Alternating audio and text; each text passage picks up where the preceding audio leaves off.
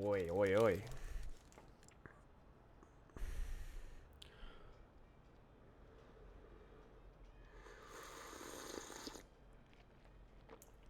Put too much sugar in, and there's no cream. Ran out of cream. That's the end of the expired cream yesterday. Yesterday's coffee was the what is it? It's a magic spell that makes all coffee taste the same. Dump cream and sugar in it. It's the Mentalist. All right, all right, all right. Ooh.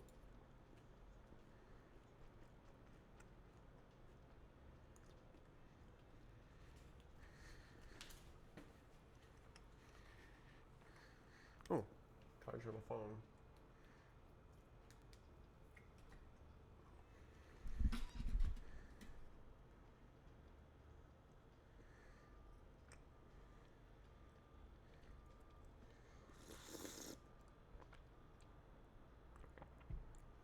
Yeah. Okay. So what I wanted to do today. Uh-oh. It's gonna crash. Firefox. Bye, Firefox.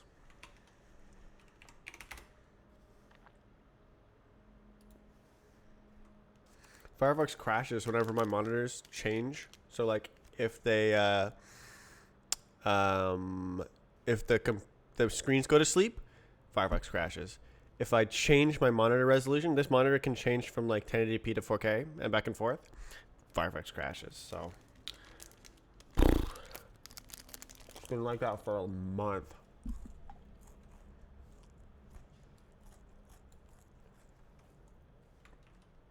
Um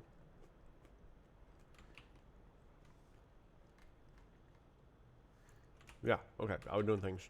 Oh, it fixes itself. Well, that's nice. Actually, well, that fixes itself too. Let's go. That's got to be a compositor update. Love to see it.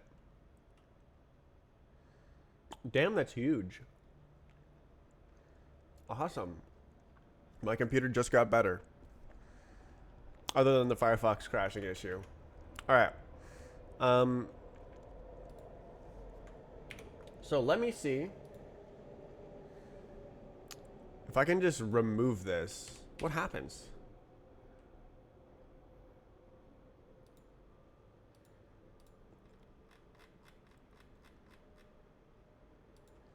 Convert texture to DDS.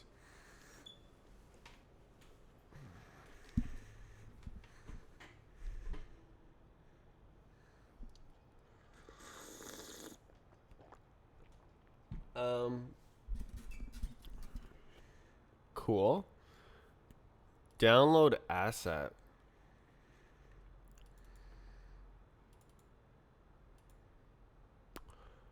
Um, okay, so download asset, load DOM. All that can be done with other. Hmm.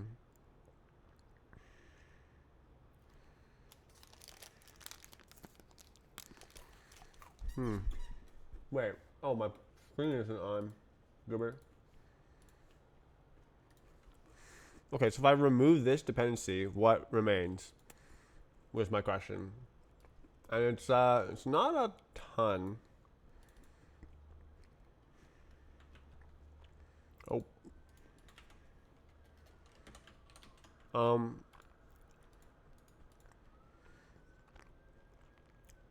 Oh my god, bro.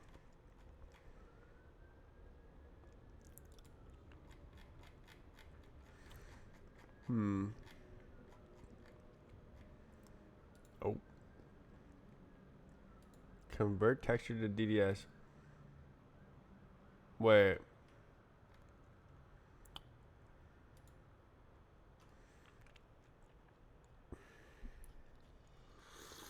Hmm.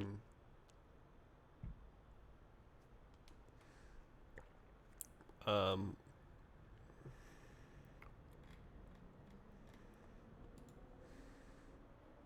I mean, I feel like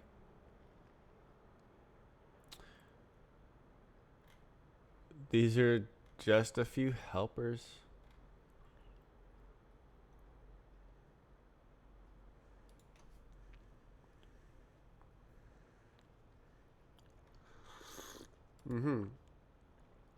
So literally it's just load DOM,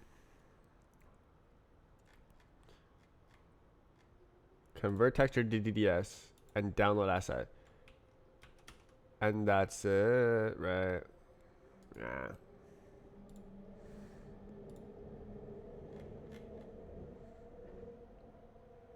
Convert, load DOM. Oof. Download asset. So these are shared.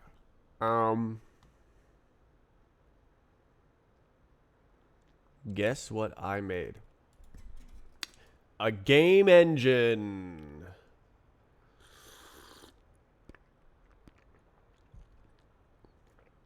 Roblox 2.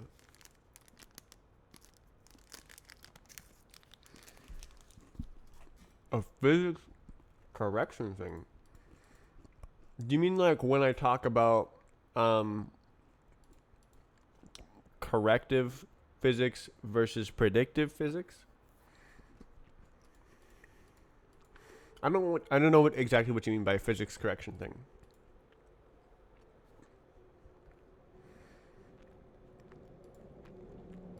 Okay, so this is like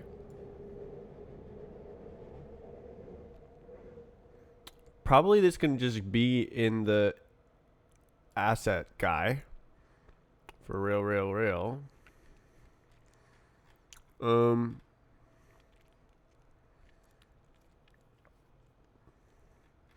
Like I could just say, oh, asset util done, boom. Yeah. It fires rays. No, that's always the wrong way to do things.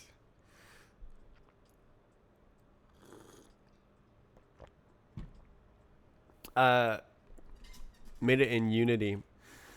Yeah, okay. So my reaction was like that because I compare ray tracing as a game engine tool to trigonometry as a mathematical tool. Like people will use the tools at their disposal, right? And so imagine you're solving a problem and you're trying to find you're doing some geometric issue in your game. You're I don't know, trying to find the time of collision of objects. I don't know. Gosh, what's a good example? I don't have a good example, but the point is that people will reach for trigonometry, but end up with a sequence that needs no trigonometry. Like linear algebra is pretty much what you should always be using in game engines for, gosh, it's hot, for geometric calculations. And ray tracing is that same sort of like primitive where it's exposed to you and you're like, oh, I could do that with ray tracing. I could just fire a bunch of rays and then this. But it's always bad because it never covers all the cases. It always has ways that it can fail. And it's slow. Finding a point between the nearest two vertices, adjusting the position based on distance. Yeah, so I have an algorithm for that. You might not like what you see though. Game engine, physics, source, minimum difference. We are crawling across simplices within a convex mesh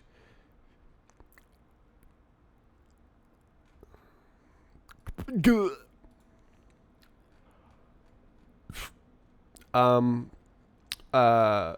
Yeah, there's a lot of code. But at the bottom, there's this simple algorithm. Is this it? Yeah, loop. Minimum difference. So this is essentially the closest point. It's trying to find the closest point. So you have a mesh and you have a point. What's the closest point on the mesh to that point? So what it does is it gets a point that's inside the mesh and then like looks from that point to your test point. That's like, oh, what's the closest point to this point? Yeah, so you have a point inside the mesh and look at the test point. And then of all of the mesh vertices, why don't we use an example? So I have a point inside the mesh and there's a test point over here. I'm trying to find the closest point. So the first thing it does is choose the farthest point in that direction that it's looking. So that's a vector, right? Boom. Now we have a point that's in that direction. And then what we can do is like step through. It's a loop, right? And it's stepping through and it's proving that that's the closest point. So like it once it does that, it goes, okay, well then what's the farthest point in this direction? It like chooses a new direction to explore, and it like fills out its knowledge of this side of the mesh to try and find the closest point. And the genius of this algorithm is that it also works between two meshes because of the way that it's written. So you can find, like, imagine if the meshes are like this. The closest point between the two meshes would be this point and somewhere in the middle of the surface. It's not always between two vertices. Anyways, it moves them based on direction of the hit. Yeah, so like I have 0 ray tracing in this code. Actually, that's not true. The one application of ray tracing that makes sense is finding what your mouse is on top of. That's a ray trace and nothing else. That's genuinely a ray trace. But almost everything else that you could conceivably want to do, you probably don't want to use ray tracing for because it's slower and worse than a dedicated process. What stochastic? Is that a real thing that's related? Conjecture. Random process. Yeah, it's a stochastic process. Ray tracing, like, no. I mean, it depends on how you design your algorithm, I suppose. Gets the normal hit. So does it solve the closest, then branch to the next closest and solve that? No, it's rather complicated. Let's see how it chooses the next direction. Reduce 1. Choose any direction. Okay, so the first direction it chooses is like, okay, we only need one mesh. We're gonna go back to this guy. So the first direction it chooses is like, I know that there is a point inside the mesh. It's called a hint point in my algorithm. Hint point inside the mesh. That's how it chooses the first direction.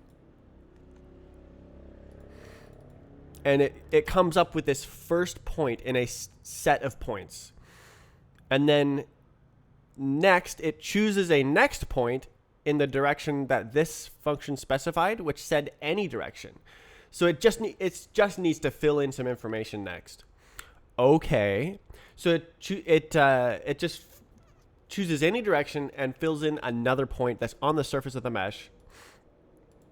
Cool.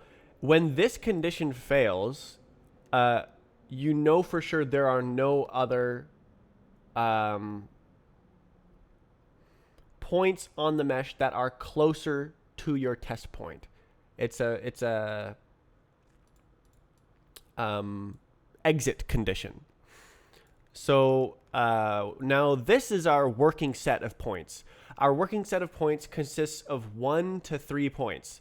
A simplex is a line or a triangle or a tetrahedron. It's a 1D, 2D, or 3D object. Or zero, like, okay, yeah.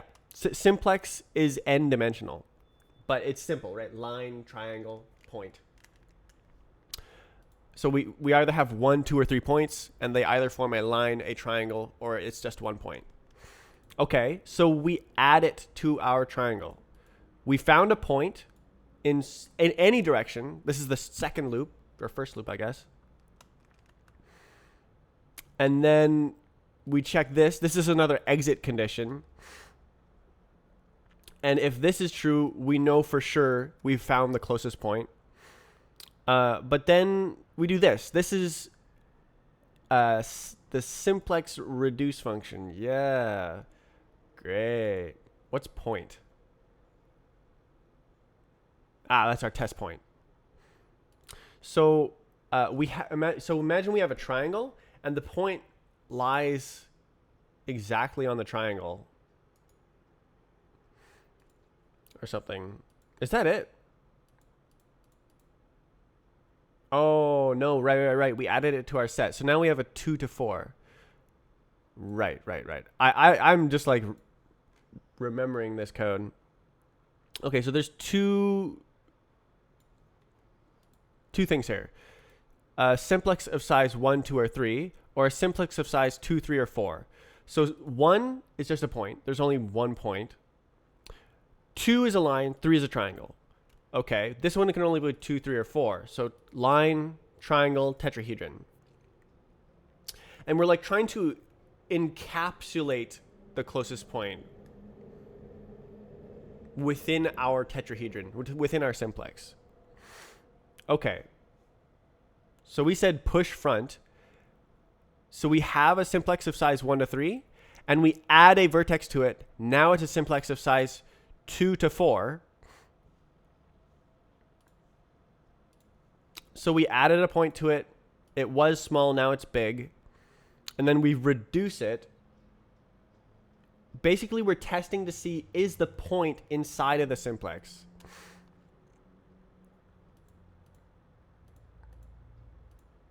And if it is, then we're done. If it isn't, then we reduce the simplex.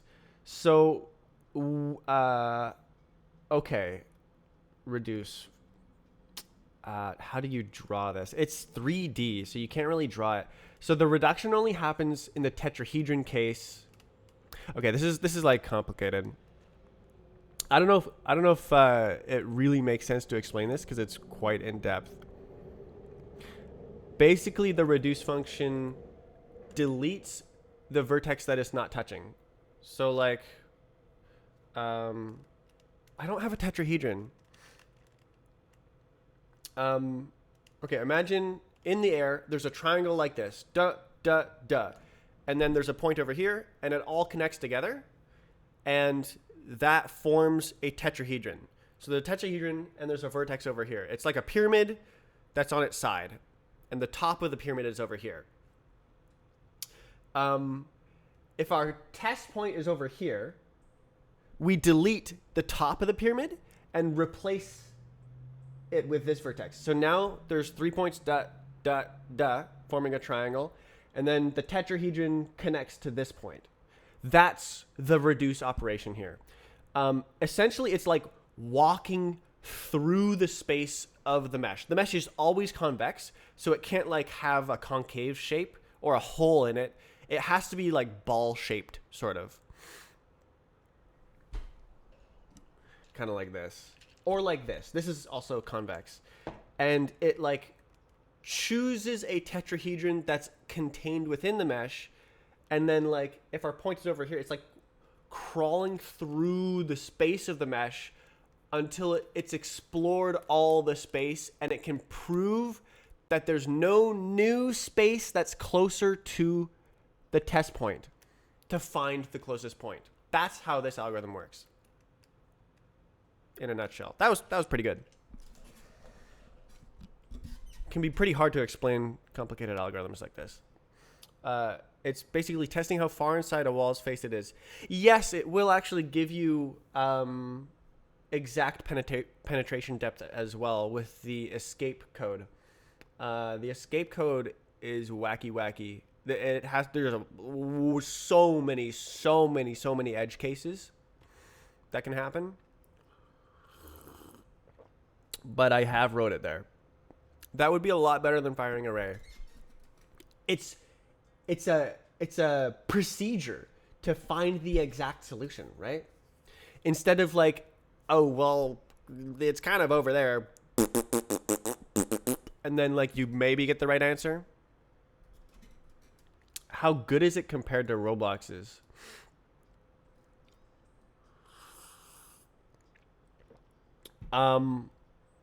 I can run it.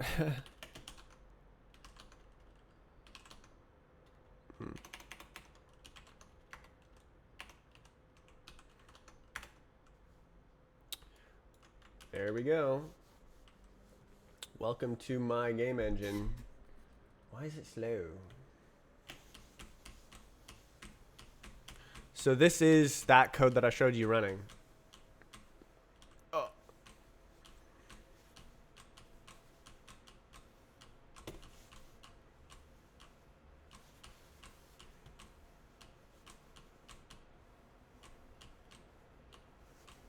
Yeah, it's lagging.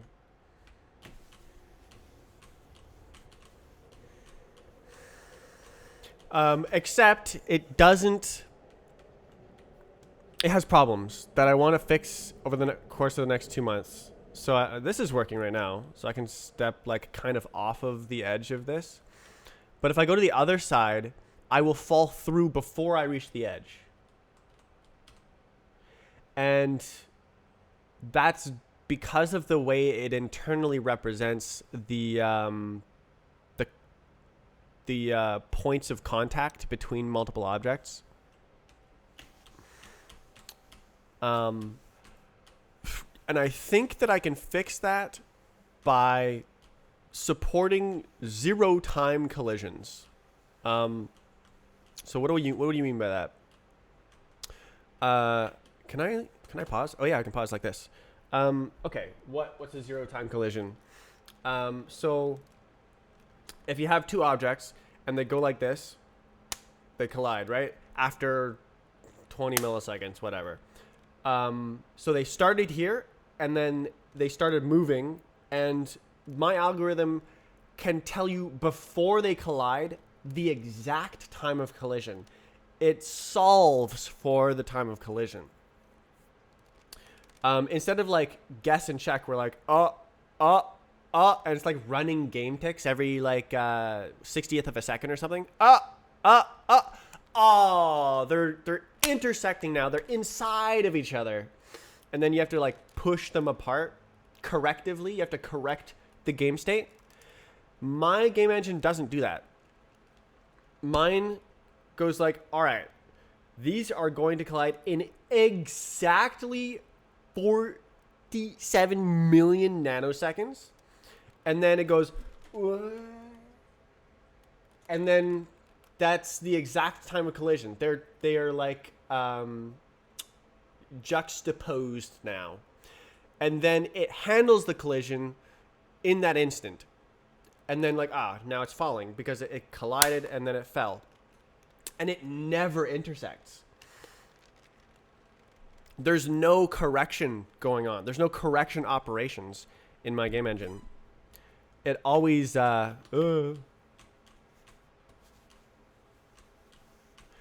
it always knows before it happens and then advances time to the exact moment that it happens. But it also Doesn't work a lot of the time. I can just fall through the ground if I walk hard enough. Yeah. So it's perfect or nothing. I've chosen perfect or nothing basically. If my code isn't perfect, then I fall through the ground. And that's kind of what I've been stuck on. I've been working on this for 3 years.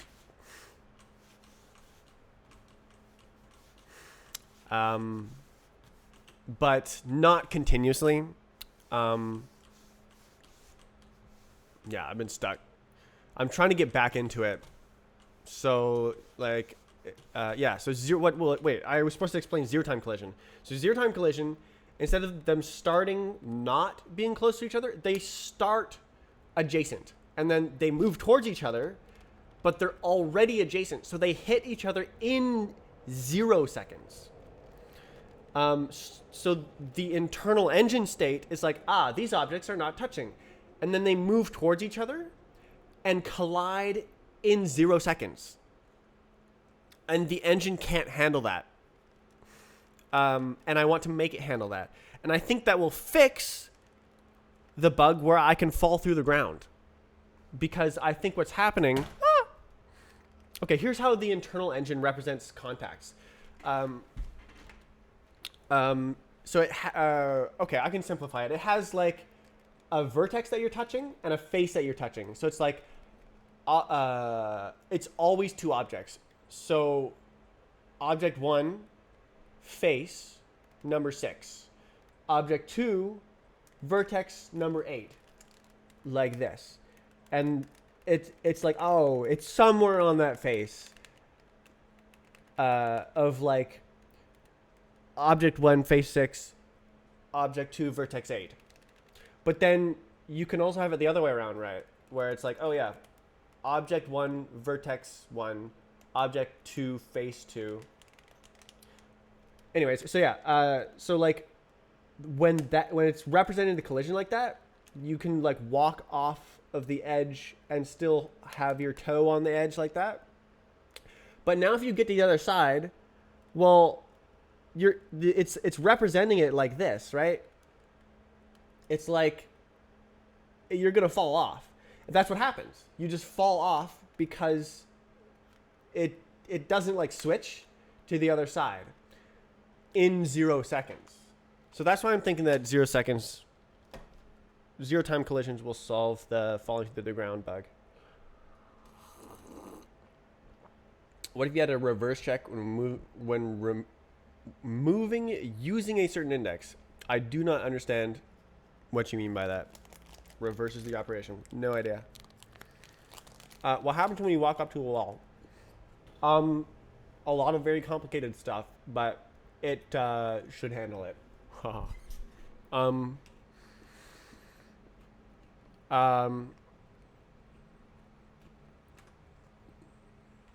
Let me find a map to demonstrate.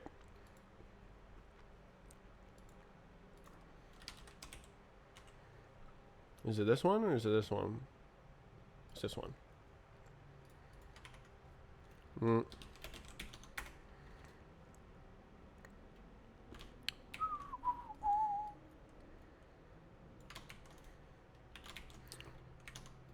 Oh, come on, bro. Please, dude.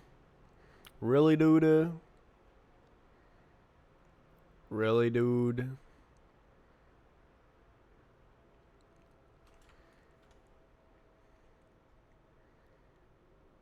Serious?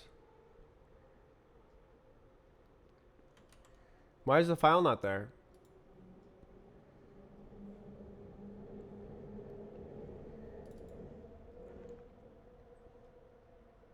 Oh, is it Beehive Maps, dumbass. Okay.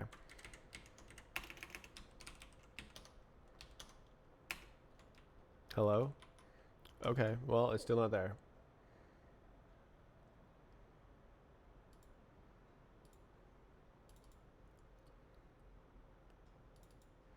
Snurf, sniff 'em.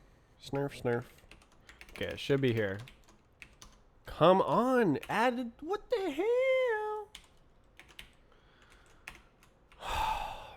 Really? Like this? I've loaded this map before. Huh? Okay, I need to open a window. I'm trying to show you like colliding with multiple objects.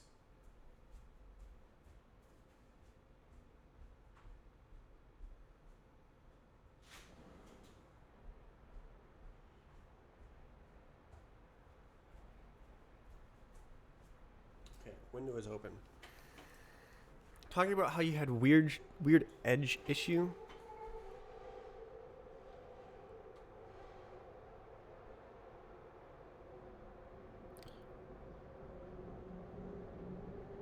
Yeah. Okay.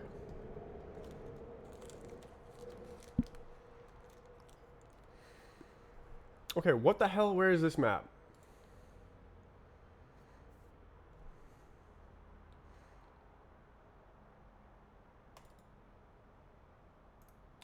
Surf all. You what? You what? You what?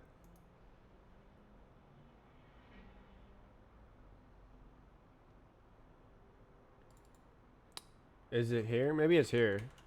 Please? Oh my god, thank god. Okay. Okay, here's the map. Okay, check it out. So, oh, I guess I can like fly around and show you. Come on, do it. Do it. So this is like, I guess I can just do it.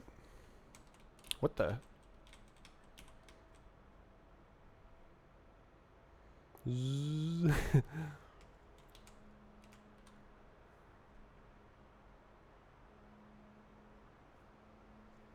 So this is a bunch of separate triangles in like this V shape like that. And when you nestle in between those, that's limiting your motion, right? You can't move in any direction between those vectors. Like from here to here and all the way here to here between those two things. So you can only move in like these directions from like between there and there. How do you express that? What the heck? Linear algebra. Not ray tracing, I can tell you that. Essentially, it has like push planes where like it has a plane like this and a plane like this that restricts the motion. And you need to do like linear algebra to figure out how you can move. So that's this push solve thing here. There's another big complicated algorithm. Another like loopy guy. It's a similar sort of idea. So here's the list of contacts. This is a slice, so it's just a list. So maybe there's 1, 2, 3, 4, 4. It can have any number. Yeah. So get first touch. What the hell is that? Get best push ray. What the hell? Contacts. Conts means contacts. 0 point. What? Origin direction 0. All right. I don't know how that helps. So this is just setting up the algorithm. Get first touch. Okay.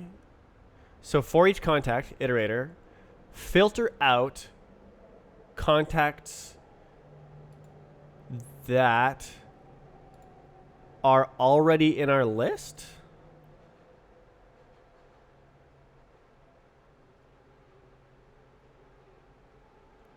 And are facing away from the current ray. And then find the time of intersection. Solve the ray intersection with the plane, the contact plane. And then find the minimum intersection. Minimum time of intersection. Okay. Why are they moving? I guess it's the normal vector. The planes like move in their normal vector direction.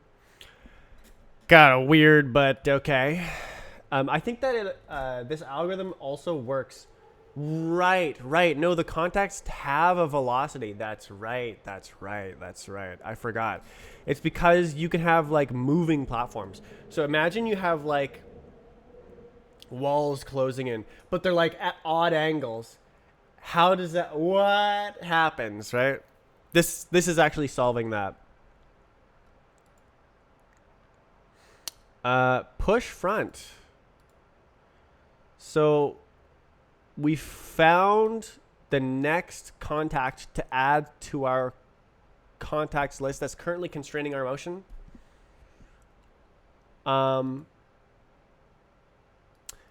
If the time of intersection is greater than or equal to 0, then we're done. All right. Less than or equal to. So that's like less than or equal to.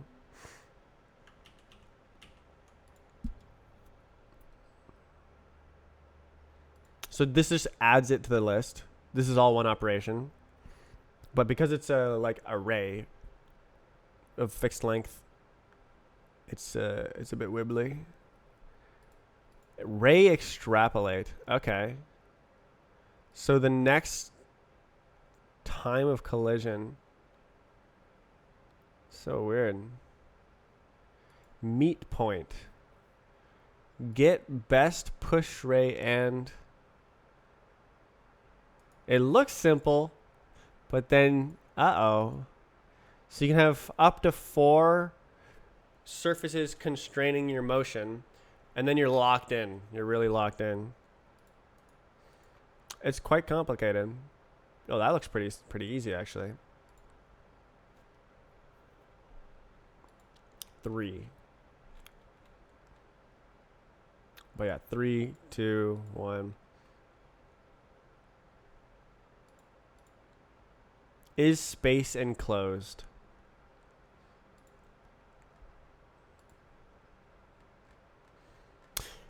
Yeah. So this handles the general case at any angle. Actually, I remember the specific. Oh, my game engine is still running. I remember the specific example. Oh my goodness, lots of updates. I remember the specific example that led me to implement this for the first time in Roblox. I wonder if I can load it up. Oof. Yes, I should be able to.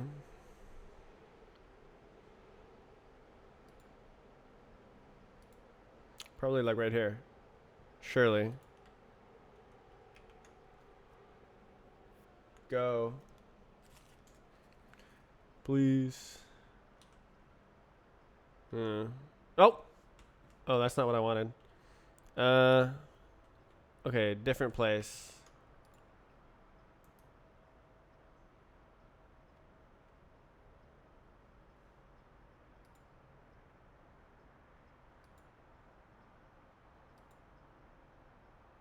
There it is. All right. Please be the right place. There it is. Okay. So the this is my original right here. See this like door angle? So you're sitting on the ground and the door is at this acute angle, and walking into the corner, like you can come in from the left or you can come in from the right. I said it backwards. Or you can come in from but it always works. It's able to solve the point at which it holds you out and away from the corner. You have like a certain size, right? It's not a trivial problem. My first version of this game. Oh, it's lagging. Of course, it's lagging. Does this help? Probably not. Well, it did help. Yay, 900 FPS. Yeah, that's the This is the corner which inspired me to create this. This is actually an interesting case as well, because like if you imagine like you're sliding along this wall, you'll like keep some of your speed going the other way, and you can go indefinitely. It's a like exponential decay sort of thing, because or geometric. It's a geometric series. So if I'm in my other game engine and I'm solving the exact time of collision, it's going and it's like getting shorter and shorter in a geometric series. And not good. Players take those corner collisions for granted. Exactly. And like the thing is, it basically doesn't matter, right? In normal gameplay, you're never gonna do that, except for that one map that I showed you with the like surf that goes like this. But if it's not there and you freaking clip through the ground, then suddenly that's the shortcut through the map, and now everyone goes and does it. So this kind of game, I have to close all of the edge cases off so that they never run ever. It's interesting logic. Gaming. Can I go to B Hope? Yay! No way.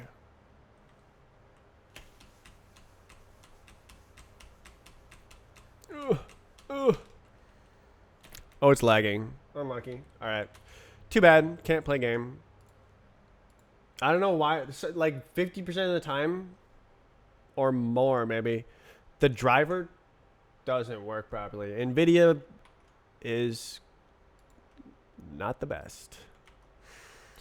Roblox broke their game engine? No, it's like NVIDIA, OBS, Roblox. It's more like it happens with my game engine as well, but less because it's more performant. So I'm running at 2,700 FPS. And how much CPU is it using? It's using like, oh, it's under my camera. Oh, wow. 0.8 CPU cores, 80% of one CPU core. I have 32 cores. 2,000 FPS.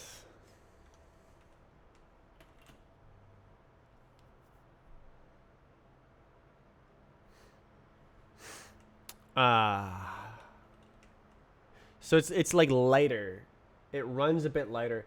The more GPU load, so you see it's like 80% GPU usage. The more GPU load, the worse it gets. Like it shouldn't happen, but it does. If the GPU is fully loaded up, OBS lags on the NVIDIA driver.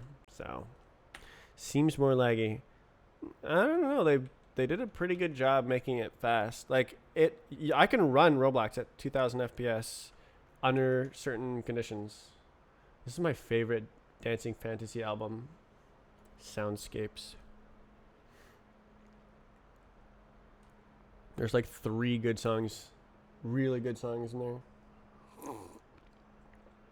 This one, this one, this one.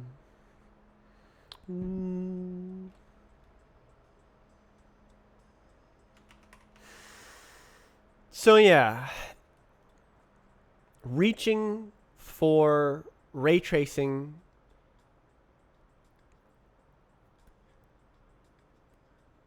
is usually not the best solution. Maybe it's probably easier than all the other stuff I've been showing. It gets really complicated, but it's definitely faster and like actually solves the problem versus just ray tracing. Right. I was looking at this code. I was like, oh, convert texture. Yeah.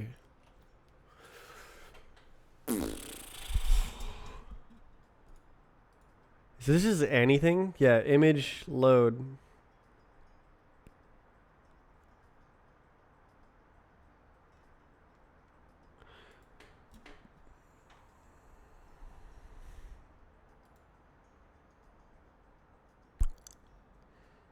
Why don't I just slap this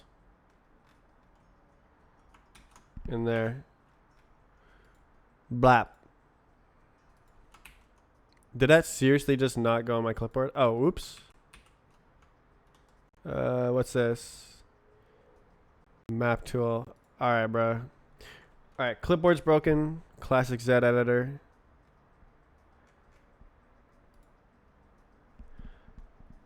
Raycasting is kind of minus the need to code the system. It's not all that. It's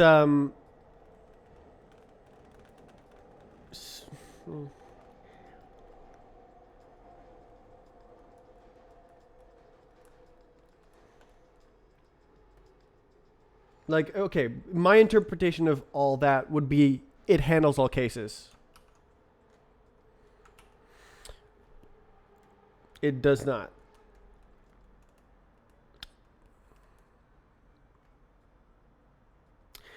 It's conceptually simple to grasp and something you learn early, which is like why I compared it to trigonometry. We're like, oh, I could just calculate the angle.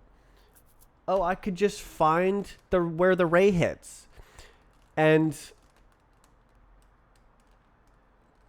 But it doesn't get you to a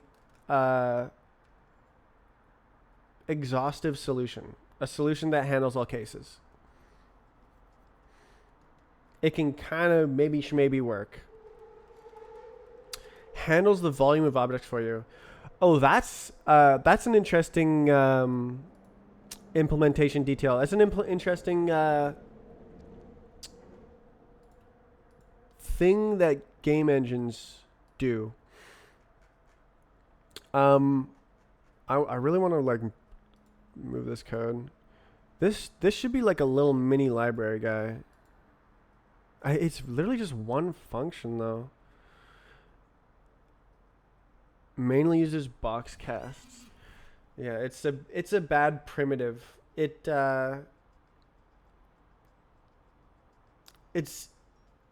you can almost always find a way to break it,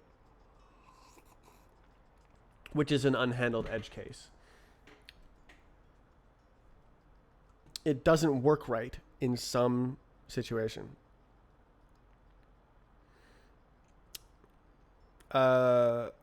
Let me paste this and then we'll talk about bounding volume hierarchies. Okay, I'm taking the code from here and I'm putting it in there.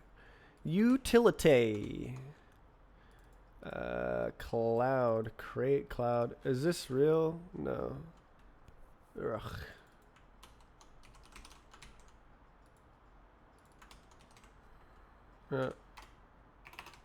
You good, bruh? Alright, pub enum, pub async. Lib. Util.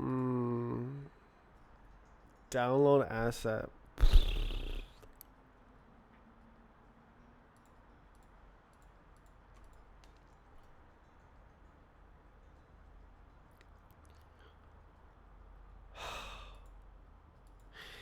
Is it really that much of a burden to just paste this function?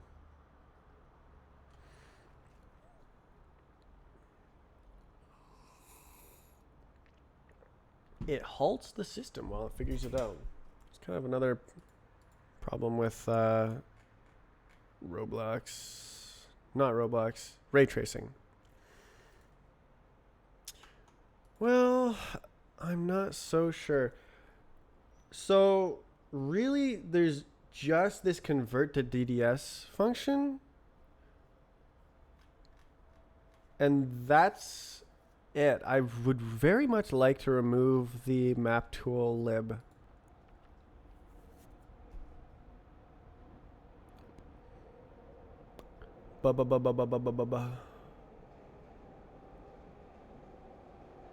make something more calculation based. It takes a lot of thought. Like those algorithms were something that my friend, who is a like actual genius, like months of just sitting there and thinking to figure out. He wrote it in Lua, and I ported it to Rust.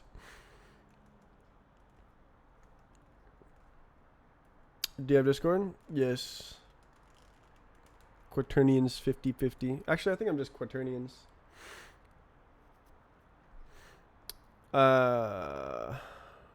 Customary gravity. What is customary gravity? Right, we're going to look at BVH. Lib, common, source, BVH. What is a BVH? BVH is a bounding volume hierarchy. This is the algorithm. This is what makes ray tracing fast. This is why you can do ray tracing, and it doesn't go like, does it contact with that object? Does it intersect with that object? What about that one? What about that one? What about that one? This is why it's not mega slow. So bounding volume, in this case, it's an axis aligned bounding box. So it's literally just a box that's not rotated. It has no rotation. So it's very easy to represent. You have the lowest coordinate, so minimum x, y, z, the highest coordinate, maximum x, y, z. And they're always in that order. So it's a box that has stuff inside it. Okay. So hierarchy, bounding volume hierarchy. Okay. So imagine we have these two objects, and I'm going to point my camera at my desk, and they're inside the map. Cool. This is a bhop map. You can jump here and you can jump here. Awesome. So now we want to create our bounding volume hierarchy so we can accelerate raycasting. So what we do is we put a box around this half of the map and put a box around that half of the map. So two axis aligned bounding boxes, and then we put a box around both. Okay. Well, now let's shoot a ray. So we start with this raycast. It's coming in from this direction, and we've entered the map bounding box, the one that contains everything. Cool, break it open. All right, inside there is two bounding boxes. There's this one and there's this one. The ray, well, we could go like this actually. If we shoot our ray like this, the ray does intersect with this bounding box. It doesn't intersect with this bounding box. It can ignore half the map. We can just like all of the objects that are in here, who cares? It's not going to touch that box. The ray never goes in the box, so we can ignore everything in the box. Boom. Half as much processing power needed. And then, okay, now we have to look through everything in this box. But you can go deeper, right? You can say, within this box, there's another box. Within this box, there's another box. And like half of this stuff is ignored, half of this stuff is ignored, half of this stuff is ignored. And you keep like narrowing in, and you like traverse these boxes. Maybe there's like a box here, a box here, a box here. And you like try this one first, then you try this one, then you try this one. And maybe it hits something in the first one, and so you never have to check the other ones. That's how ray tracing works. So it just handles the volume of objects for you, essentially. That is a bounding volume hierarchy, a big tree of boxes. And it's the best data structure ever for spatial organization. It's another like tool, like, oh, I could use a BVH for that. I could just use ray tracing. No, BVH is the more fundamental unit that you should reach for. Except you can't because you're using Roblox. You don't have a game engine like me. Sorry.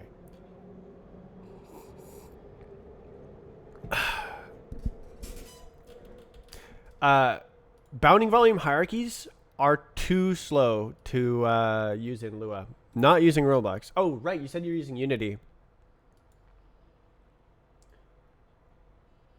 I don't know anything about Unity. Do they have spatial structured? You might want to check. That would, well, for finding the closest point between two objects, probably there's a Unity function that just does that.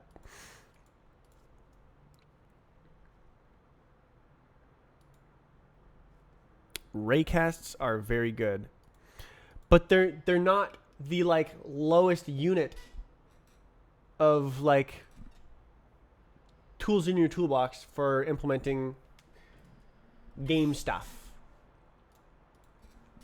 Okay. Every time I try to explain BVH traversal, it just turns into a like giant paragraph. I'm like, oh, it's easy. You just yeah.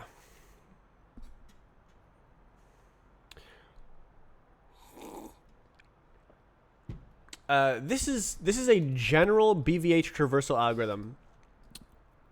So you can implement ray tracing on top of this. You can implement finding the closest object, like starting from a point. You like go, what's the distance to the next bounding volume? And like, what's inside this? And then, is this the closest object? Is this the closest object? No.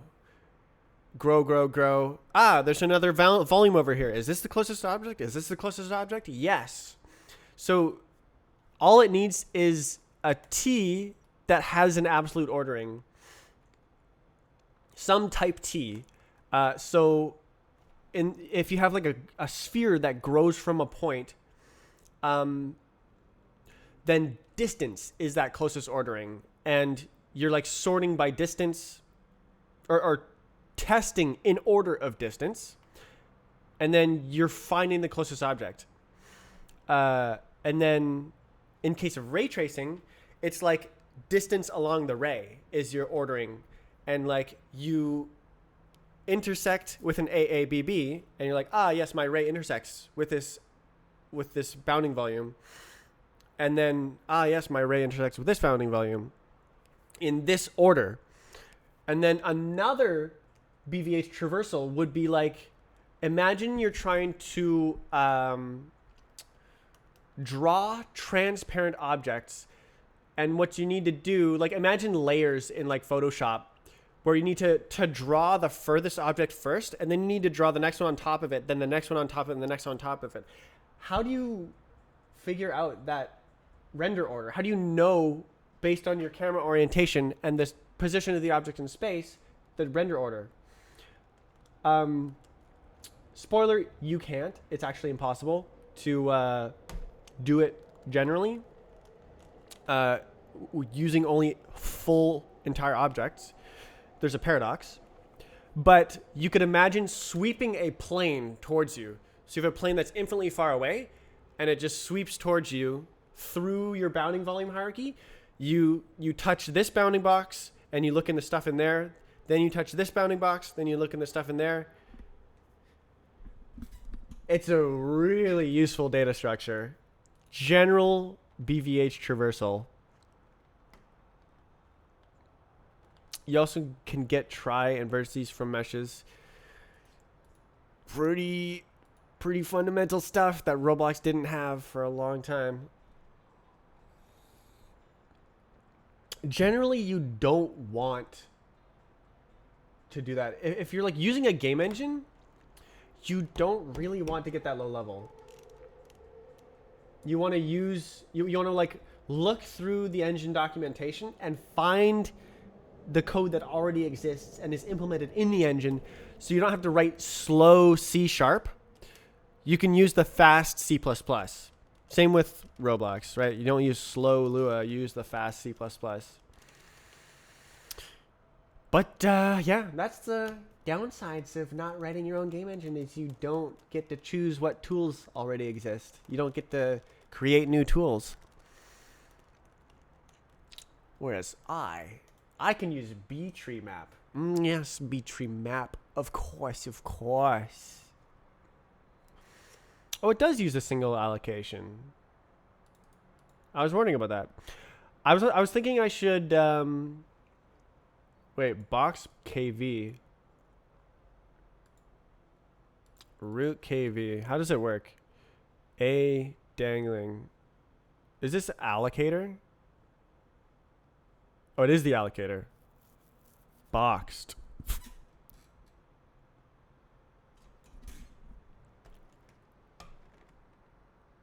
Read into iter. Sucky.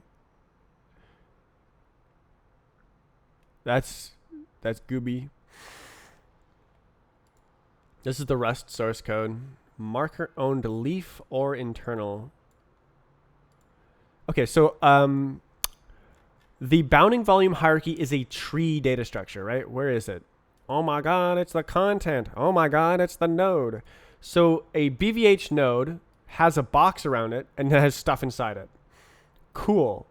The stuff inside it is either another list of boxes. It's a box that contains boxes, or it's a leaf of the tree, which contains the actual contents, not more boxes. And that's how the structure works. It's just a nested pointer jungle data structure. And like you like walk down the tree. I think it would be more efficient to implement it flat as a memory allocations as a single contiguous memory region that you just like put all your stuff on it, and then the tree structure is like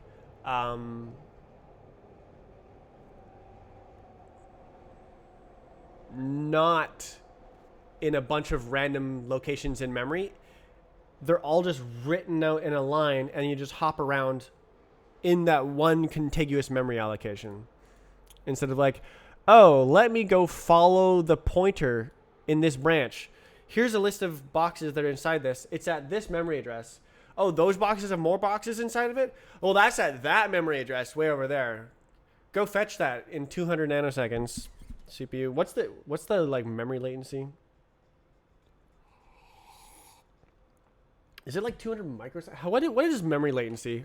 Like cold cache, CPU cold memory latency. Oh my god.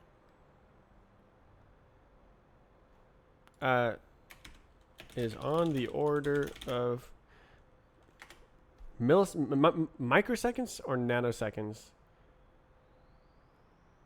Memory cache memory performance. No way.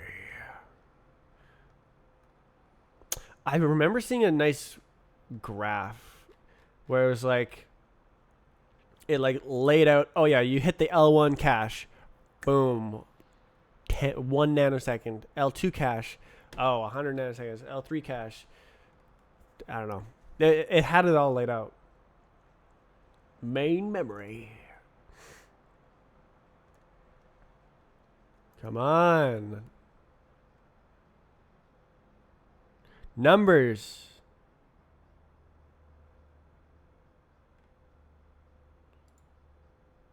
Oh my god. All right. It's slow. Main memory is slow. When you are following a pointer to some other area of memory, slow.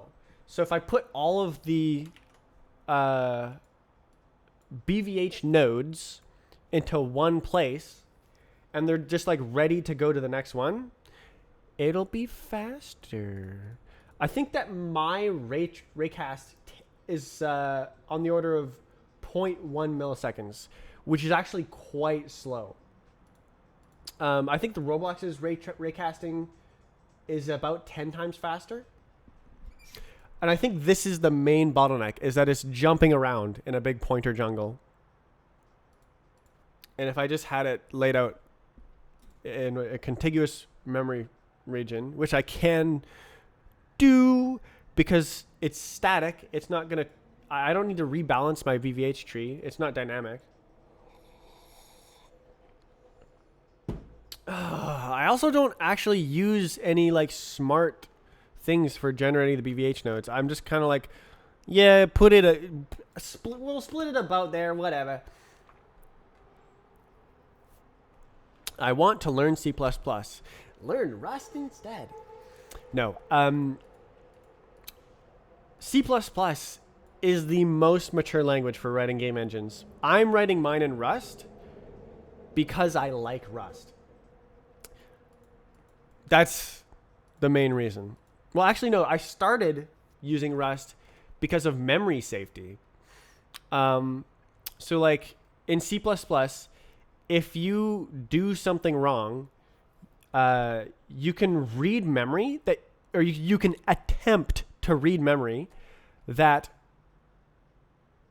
your process is not allowed to read. So, like, processes are isolated in a modern operating system. And so, like, it's not allowed to read the memory of a different process, but there's nothing stopping you from trying. And what happens is the operating system will just kill you, and your program will crash if you do this. Bad. I guess it's that also can happen in Rust, but the program kills itself because Rust detects that you're going to try to do that before you actually do it. And then it shows you, oh, dude, your code tried to do this, instead of like, kill, your process is dead, and you just learn nothing. What else? Memory safety.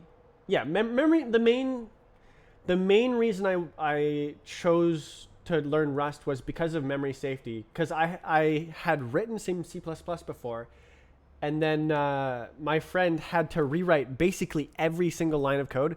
I wrote a memory leak on basically every single line of code. Nice. So, like, I was like, all right, I don't want to deal with that. And Rust does not have that problem.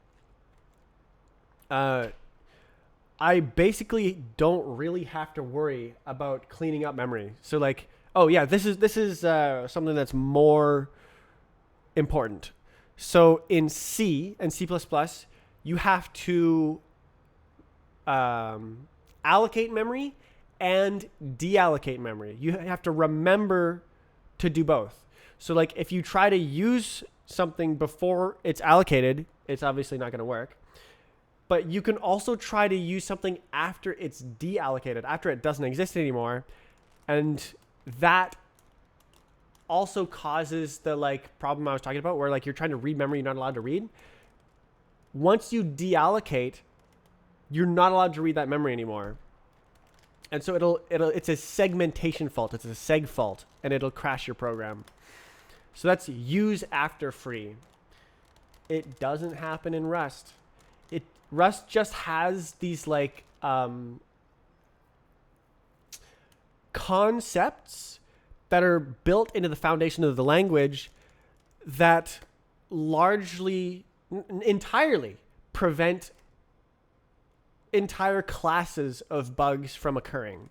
And that is just such a juicy conceptual nugget that I could not resist the Rust language, even though it is less mature, significantly less mature, for writing game engines than C++ is.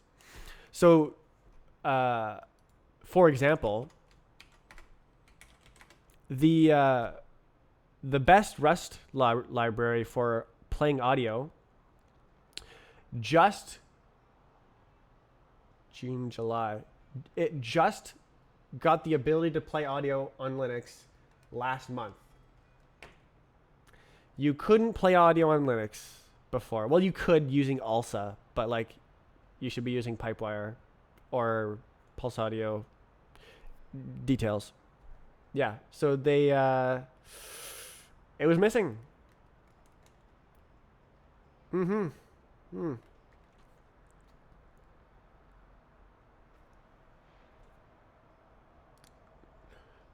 Workspace current camera.c frame. Roblox freaks out.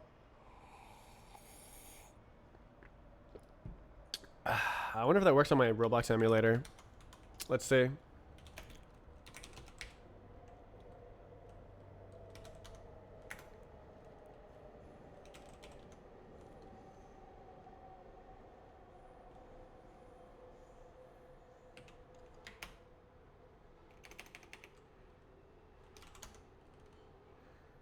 way.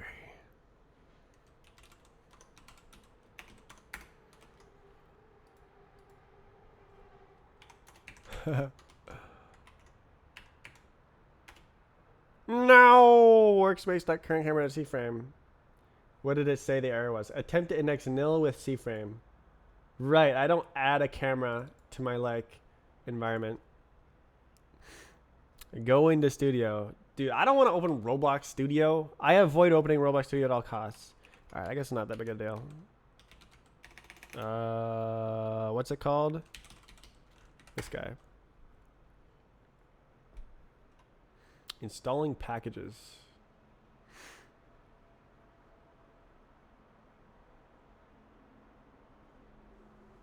Why? Where's my mouse? Okay, jeez. All right. I'm down. Oh, God, I hate Roblox. Run. Dangerous command. Oh my God. May not be undoable. Oh my God.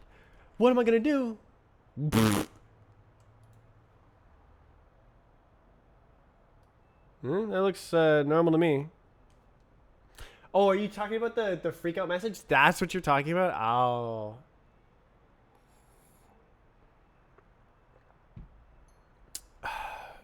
Print command is dangerous. You never know.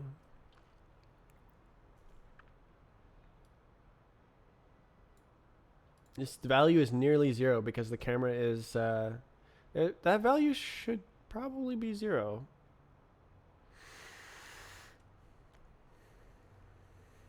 XD. I don't like how this looks. Let me actually try something. If I run it elseways... Wait. I don't actually know.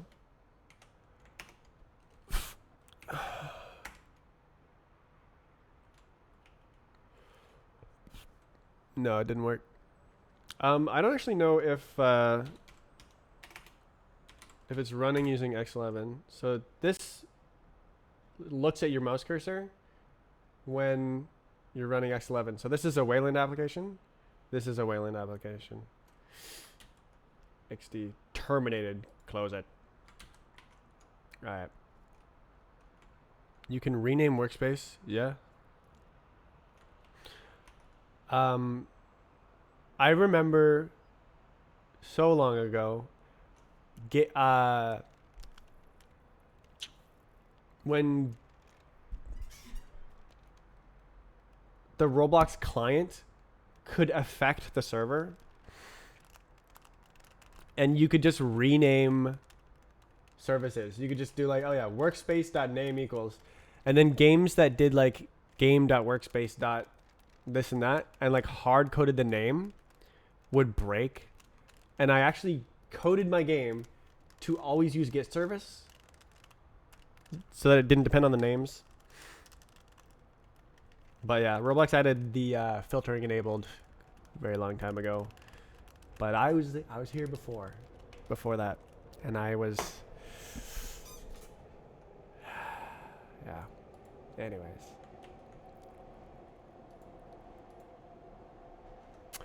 Right, I was looking at this root. It's the root. Wait, why is it a special type? Oh, it's not. That's cool. Okay, node ref. Node ref. Marker owned. You what? Wait. No way you can have a... Oh. Oh, is this a trait? Hello? Node ref covariant. Oh no, it's just a generic. Okay, no, it is a generic. Okay, I see.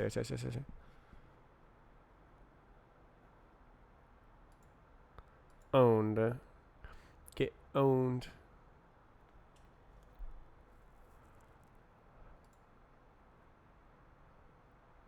New leaf. Probably.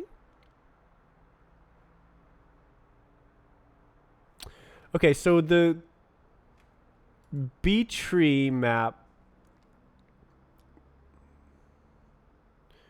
Uses ord. Wait, does it have to? Length. Damn. Clone subtree. Cool. Oh, it's a... Oh, wow. Recursion, huh?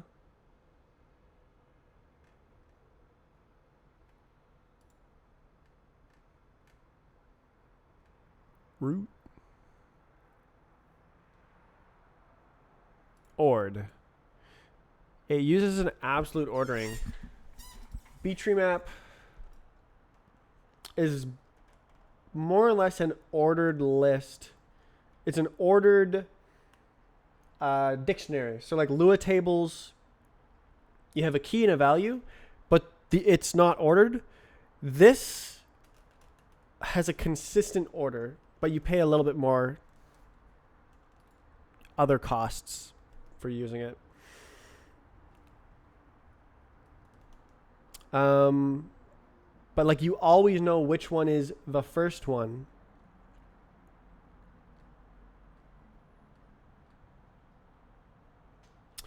I'm trying to look at like if it dying. I'm trying to look at if it's a single allocation. This code is crazy. I probably want to study it though. This is probably pretty close to what I want to do. New. No way. Global. Alec. Actually, maybe this is helpful to look at all the Alec bubbabooies. Find all references. New in Alec. B-tree map new in. You're mine. Get or insert with.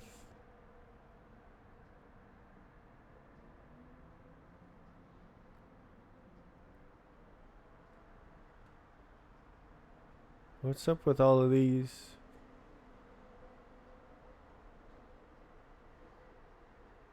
Merge. Why is the computer going crazy? What are you doing, bro? Rust analyzer just going crazy. Okay. What would happen if you cloned workspace? So Roblox services are singletons. You're just not allowed to do it. Do try though.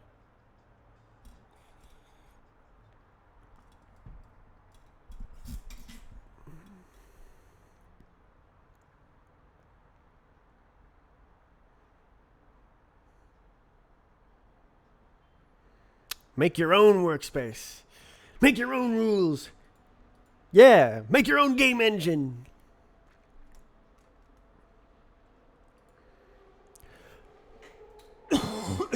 Why is this cloned? Oh, I see.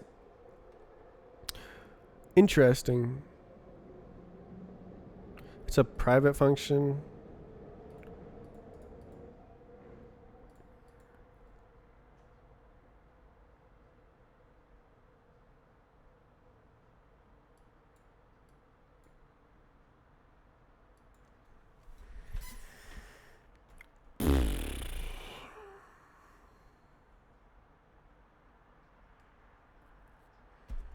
Close the singleton event in process? Event? What do you mean event? Workspace isn't an event. Oh. Do you mean like editing the Roblox Studio memory or something? I mean, it's... That wording doesn't really make sense. Close event. Do try though. Always try.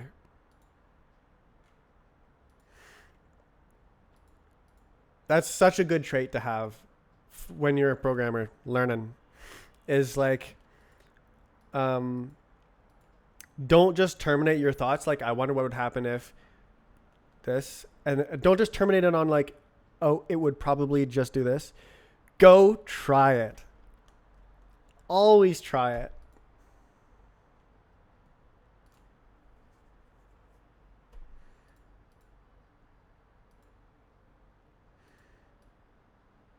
do as I say, not as I do. I don't really do that anymore.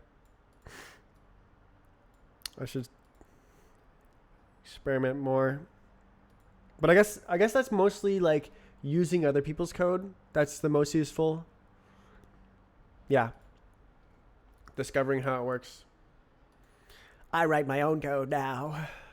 It's such a useful trait to have, though. Or it makes you learn. I don't understand any of this. I was hoping to like glean whether or not this thing is a single contiguous allocation. I think that it is, but I don't know. Do we have like grow? We do not have grow. Oh boy. All right, let's look at insert. All one word. My brother. Books.insert. Insert.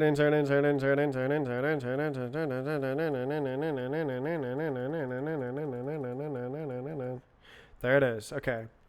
Map.insert. Okay. Entry. Okay. Occupied vacant.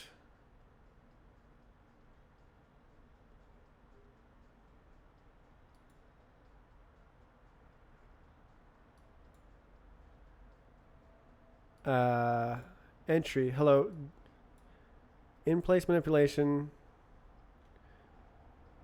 What do you think? Do you think, okay, so this is it's a data structure that's kind of like a list. It has values in it. It's a map. It's a like Lua table kind of thing. Dictionary. But it has a certain capacity right now.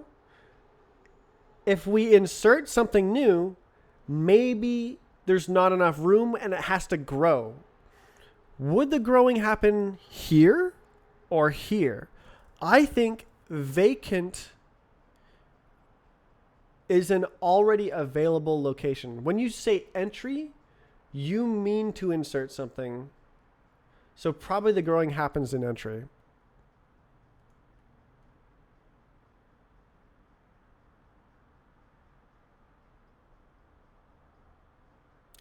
Search tree. Huh. I wish I had a back button. Whoa! Back button? What? Back button works? That's insane! I'm totally gonna use that.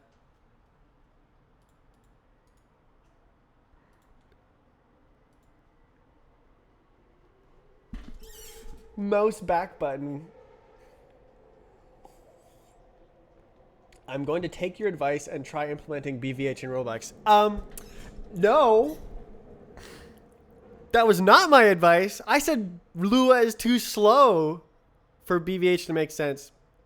Okay, so BVH is great for its logarithmic time complexity. So like if you have 1,000 objects in your map, then and like you have 10 things inside of each box, and you can have 10 boxes inside of those boxes, then it takes a maximum of 3 steps to find what you're looking for. And because you search 10 boxes, and then those 10 boxes have 10 boxes inside of those 10 boxes have 10 boxes inside of those. They'll never be swayed.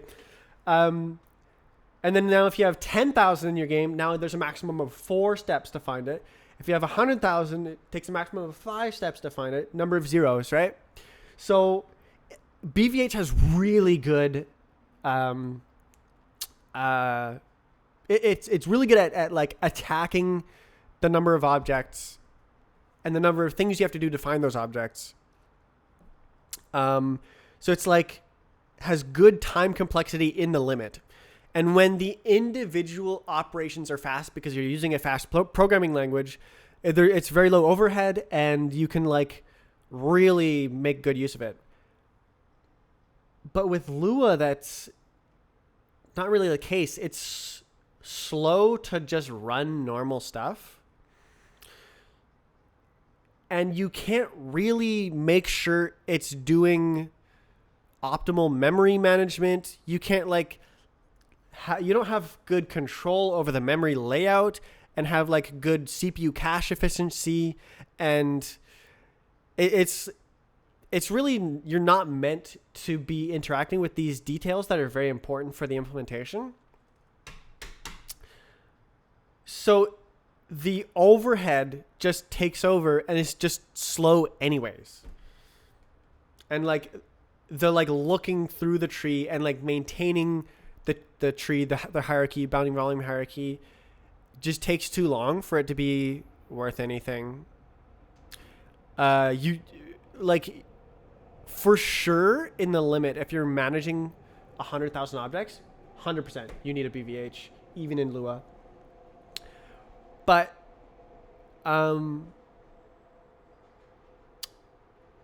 usually you don't have that much stuff. Like usually, like another. Okay, so there's also ray tracing on the graphics card. How does that work? BVHs, believe it or not. But interestingly, it's two different types of BVHs. So there's the like map BVH, where you have the big box that contains everything, and then you have more boxes inside of it, more boxes inside of those. That's called the TLAS, T-L-A-S, top level acceleration structure. Cool. So that's where you find the like models that exist inside the map, the meshes. But then how do you do the last mile delivery? If you have a ray query on the GPU, it's trying to intersect with triangles, not meshes. So how it works is each mesh has its own BVH that has boxes around the triangles in the mesh. So you spatially organize the mesh, and then now when you like move the mesh dynamically in the world, you don't have to recalculate the BVH for all the triangles in the meshes. Like imagine just like a spinning complicated mesh. Like imagine it's like a dragon or something. And like each little triangle, you would have to recalculate all the boxes all the way down every time it like turns a tiny amount. No, that's going to be a lot of computation for not much benefit. So by using a bottom level acceleration structure in each mesh, the BVH turns with the mesh, and you just need to like update where the whole mesh is in your top level acceleration structure. So the ray marches through the top level acceleration structure until it gets to the mesh, and then it marches through the bottom level acceleration structure until it finds a triangle. And usually you don't have 100,000 triangles per mesh. Often there's freaking like 20 triangles, and that's just straight up slower in Lua. You can't really do anything about that.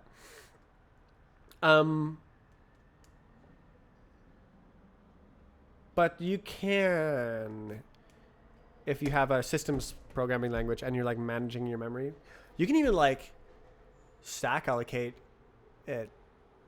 You could have like small list optimizations. Rust has this thing called small vec. Oh. Small vector optimization. There's the stack, there's the heap. And if your list is small, it can like fit into the data structure itself. But then if you want it to be growable indefinitely, it can't fit on the stack. You have to move it to the heap when it gets big. I usually don't use this though, because to me this is like a backwards optimization, where like you have an algorithm that's doing something. If you have an algorithm that's doing something and it benefits from this, you can almost always improve the algorithm directly instead of improving this. Where it really shines is when you can't improve the algorithm, because it's like implementing JavaScript or something. Like you're making a JavaScript execution engine, like Luau, for running Lua, an interpreter, a language interpreter, and like you're running someone else's code, someone else's algorithm, And like, yes, they could have done a better job on the algorithm, but you can't change their code. But using this makes it faster on average. And like, if everyone wrote better code, you could just, it would be faster for everyone. But yeah, I don't like this. I don't like when you introduce branching instead of understanding the problem directly. But it does have its place when you're running someone else's code. Okay, is this... Oh, new leaf. Hey, yo. There's no tree yet. Node ref. Root insert. Okay, root. Oh, new leaf. My God. Who are you? Well, who am I? What is this? New leaf. Huh? New. Huh? Box. Okay. So we just made an allocation. Dude, back button is mind-blowing. Init. Okay, unsafe. Back button. Yes. Okay, so this is root. None. Self.handle. Huh? Handle. Huh?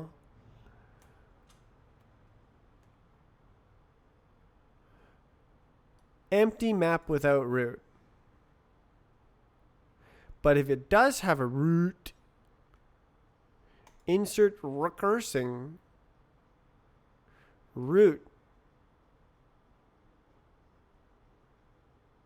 Huh?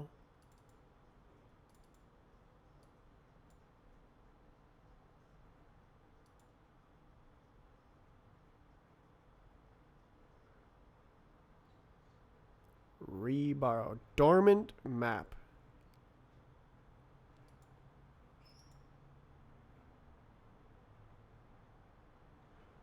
This thing is insane.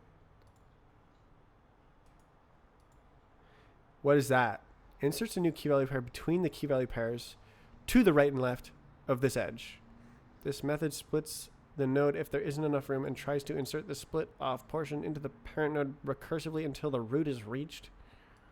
If the return result is some split result, the left field will be the root node. The return pointer points to the inserted value, which in the case of split result is in the left or right tree. I didn't understand any of that. Are we allocating is what I'm wondering. But holy moly. They're doing so much type state. Freaking wild.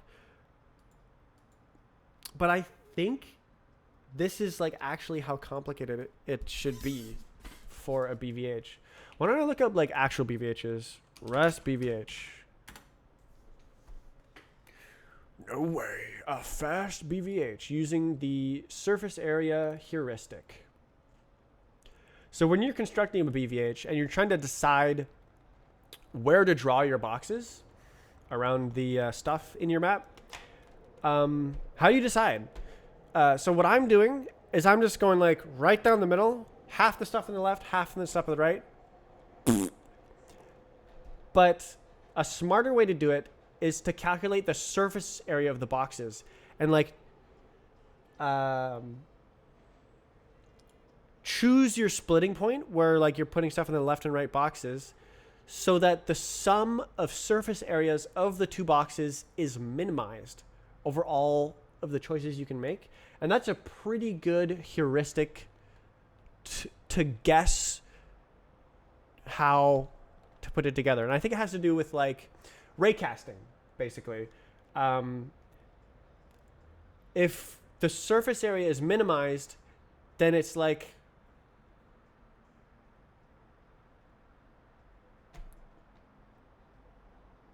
least chance it's going to hit get hit by a ray. So like the surface area heuristic is kind of ray tracing brained. And like there's other heuristics you could use for the other BVH traversals. And like BVH optimization is actually somewhat important. I think you can get like 40% more speed just by having a better optimized BVH structure. Like just where you put the split points and what you put in each box. Like it represents the same map overall. Ooh, traverse. Ooh. Ooh. Oh. Schwierig.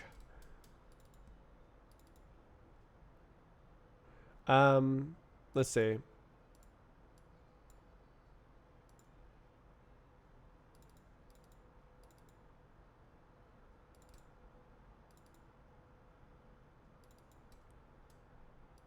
Oh. Mutt. Huh?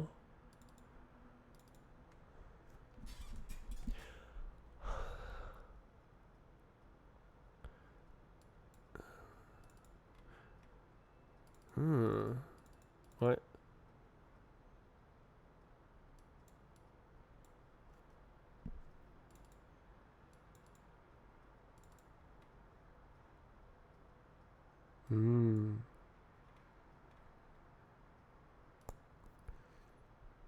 Oh, why don't I just download it?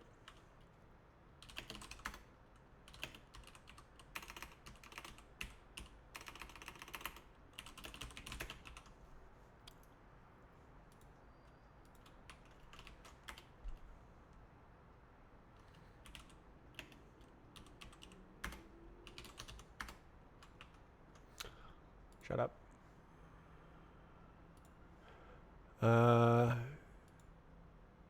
Mod. Impl. BVH. Hi. No! No! Wait. Oh, BVH node. It's not recursive. Okay, GG. BVH node. Hot damn. Leaf node. TD. D. Ooh. D is the DERF value. It's the number of objects in maximum objects in a leaf, I would assume. Whoa! Index. Interesting.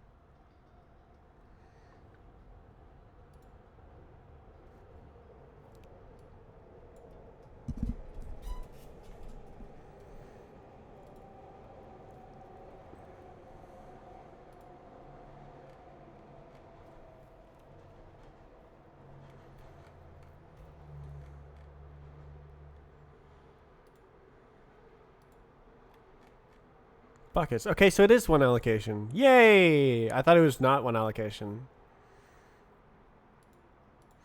Yeah, so mine is a bunch of disparate like memory lists.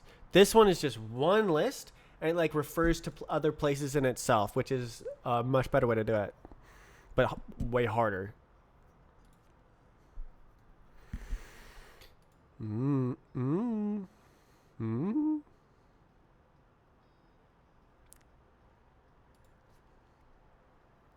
Ooh.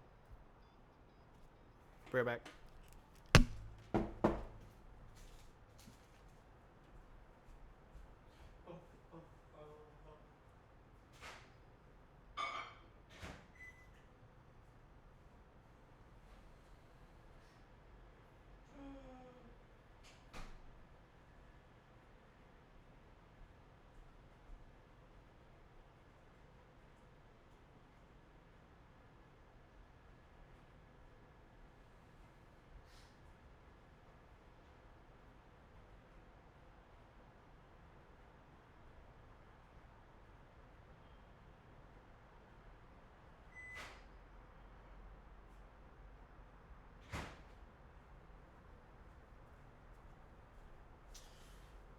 I am pleased to announce that the hot garbage smell that was coming from outside yesterday is no more. What is that?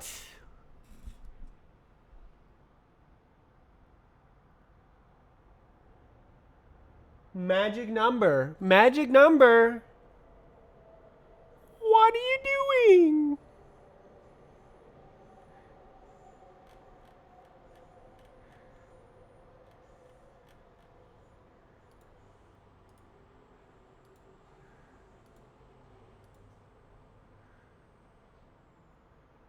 Num traits. No, no. This is so not right. Oh, I forgot about the back button. Alright, just seeing that, I can't use this. No way. Immediate no-no.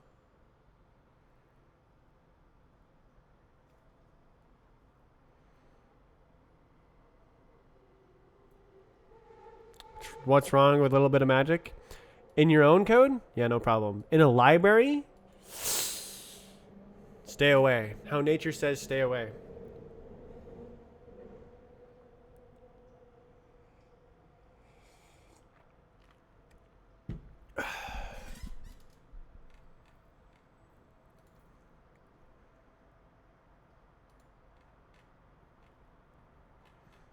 Like, is it even justified? There just says, oh yeah, easy. Like, what?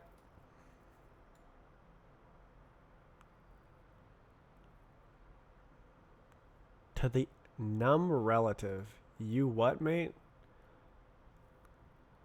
Yeah, it's like working with floating point values. Yeah. So I'm using fixed point values, which are exact. And this is just like willy-nilly floating point. Mushy. Type complexity. Oh. Definitely worth studying, though.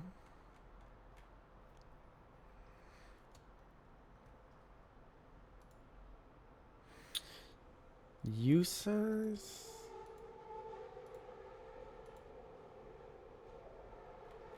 Where's traverse?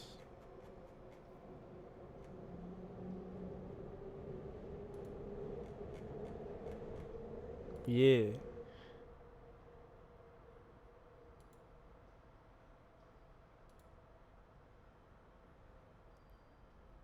So, is the list of stuff external? Wait, return vec. My brother, what?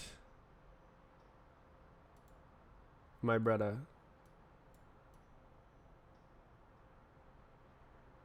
Ray. Ray?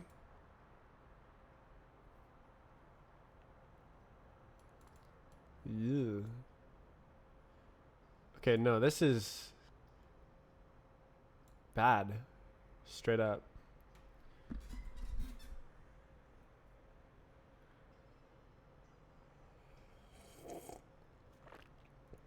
Mine is like running my intersection code, and I like terminate the traversal early, where this just goes straight through forever. Oh no, there it is. Traverse iterator. That's the thumbs up.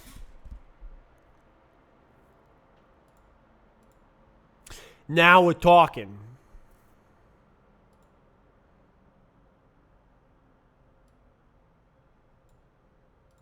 Nearest to farthest. For Ray. Boo. Query. Surely, why doesn't this function call this function?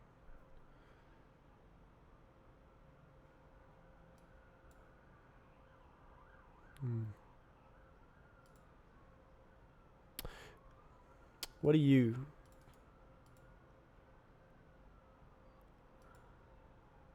Stack. Ugh.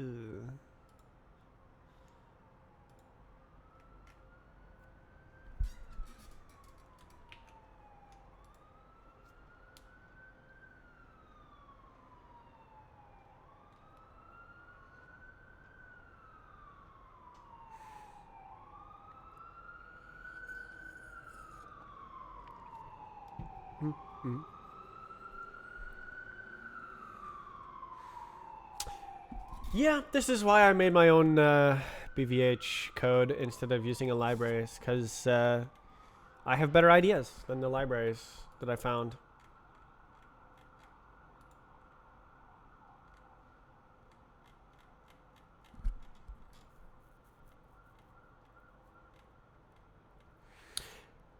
I will not use code if I can think of something better myself.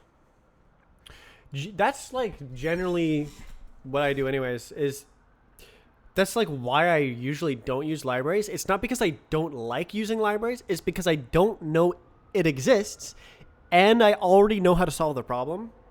And like once I know how to solve the problem, I'm like itching to implement it.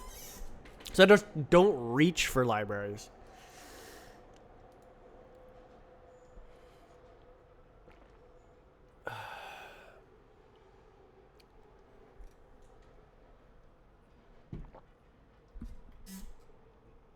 That's a bit too sweet. Okay, what's D? No one said what's D's nuts? Who?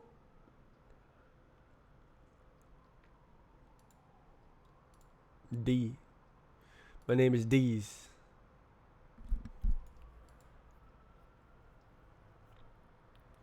Whoa.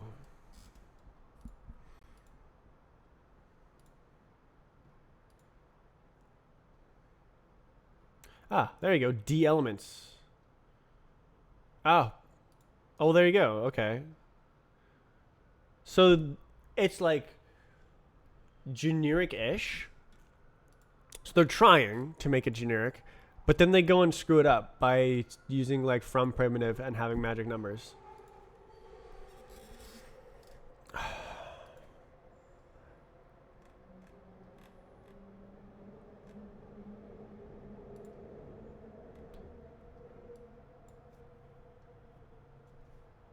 Huh. That's cool.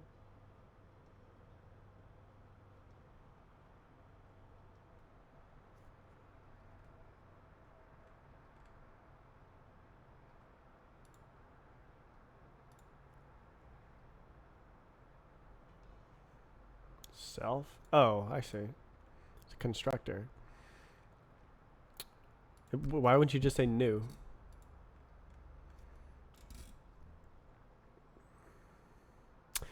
Yeah.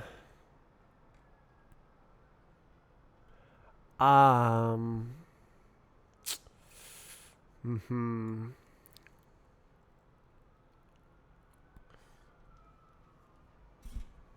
Okay, let me check this out.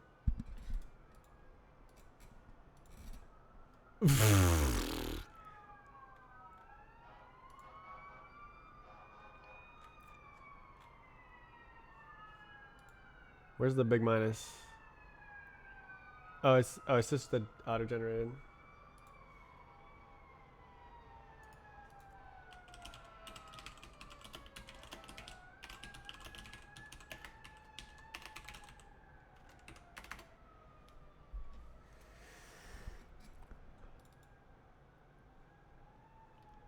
Whoa.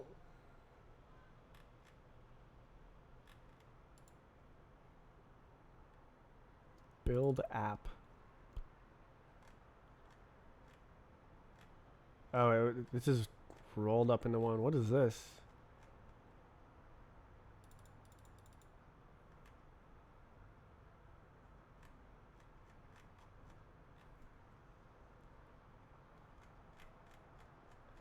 Okay, so it's just rolled up into one.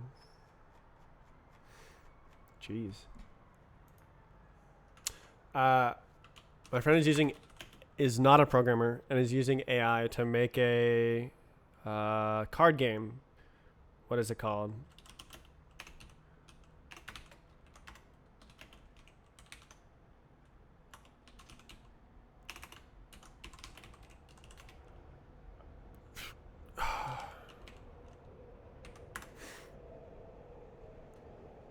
And I made a card game library for the AI to use because I was tired of there being so many bugs in the game. And it took a lot of effort to force the AI to switch to using the library instead of like remaking everything from scratch every single time it does anything. It had like 5 different versions of the card game because it's so simple to like recreate the card game from scratch. It's like 100 lines of code or something to implement some of the logic. So it's tempting to just recreate it. And then each different version of the game has different bugs. It's like, oh my God, just have one version written by a human that doesn't have bugs, that's impossible to misuse, and then just get it to use that. Or that was the thinking, but man, it resisted. It kept trying to reinvent everything. Build it, build it, build it, build it. Family. 100% CPU'd. Oh, I did it. Whoa, continue dead game. No way. Actually, let me...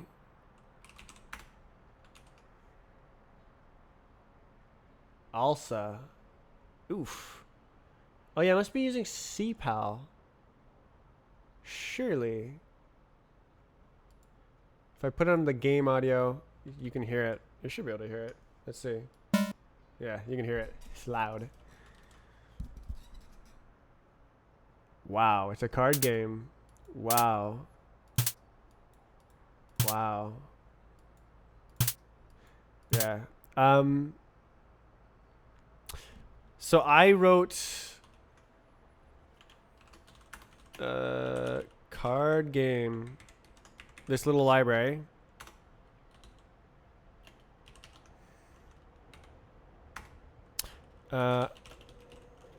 And I made a command line version with no graphics. So it's pure logic. And then this is an implementation of the card game using the logic. Flawless logic. It was actually harder than I thought. So I can do like move tableau number 7 onto tableau number 2. So T7, T2. And now the 10 goes onto the jack. The 10 went onto the jack. No way. Do it again. T7 onto T2. The 9 goes onto the 10.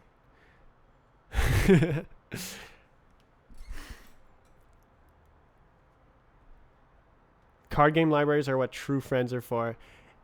I would recommend it as like a recreational programming exercise.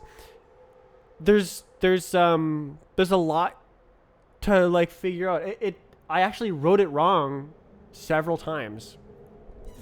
Like I forgot to include the logic where kings can go on empty slots. I didn't realize that I need to represent the ability to move stacks of cards. For some reason I forgot to do that.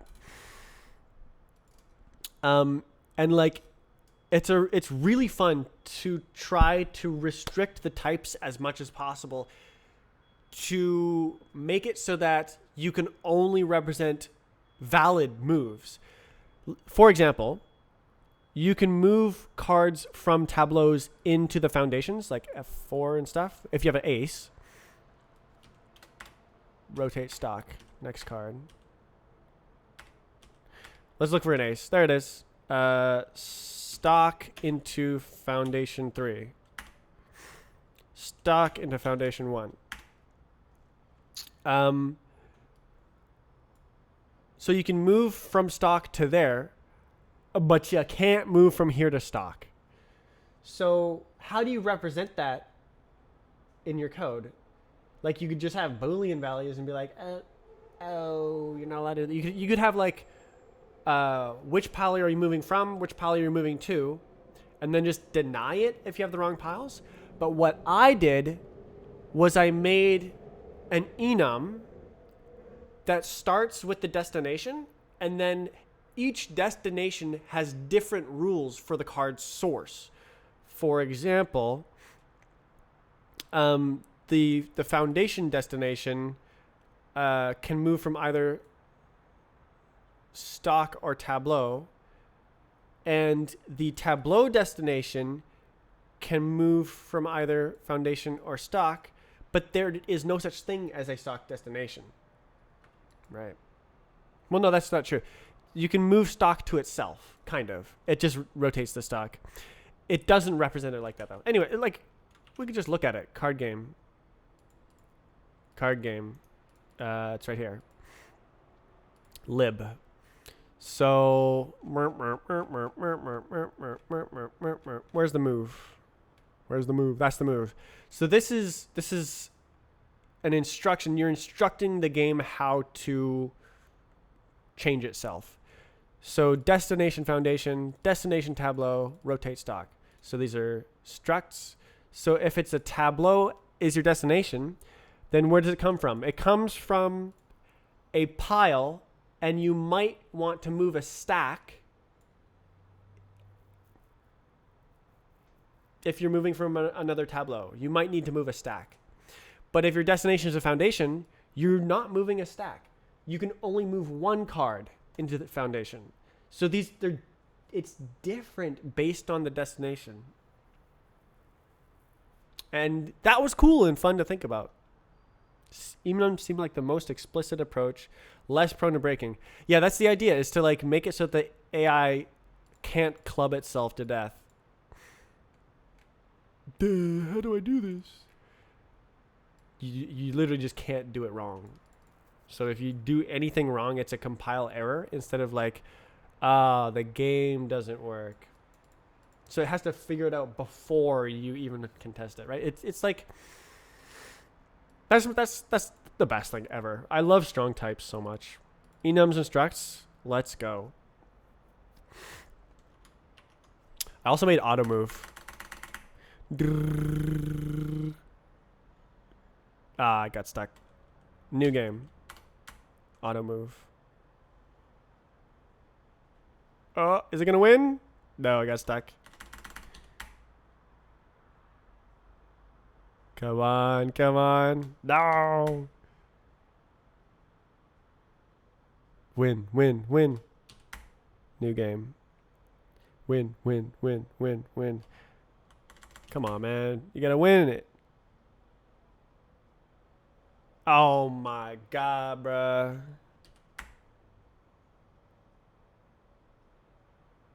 It gets stuck.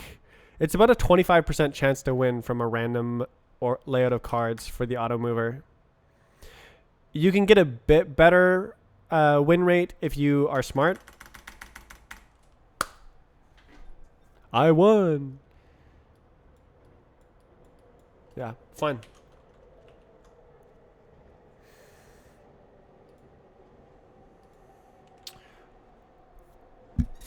Whoa. This is the num traits. Yeah. See, it's like float. I don't want float.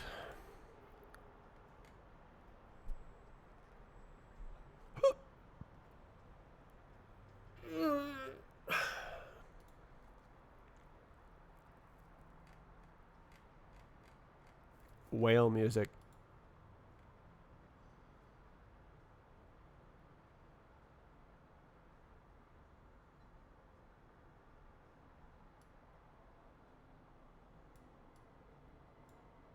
Bruh.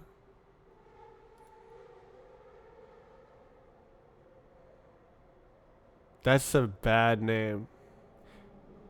Who knows what an infimum is? Infimum. Nobody has heard of this. It looks like infinity. O matrix. You what? Wait, is it a... No, it's an O point. You what? Oh, jeez. Huh? Goober.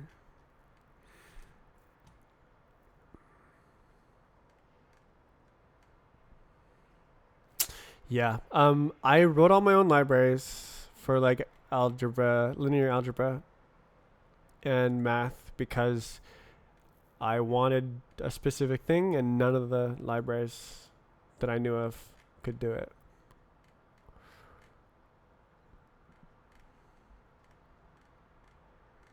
I should totally split out the BVH.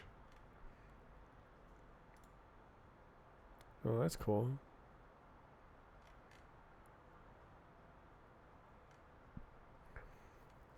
It's hot. It's really hot. It's like not sunny and it's hot.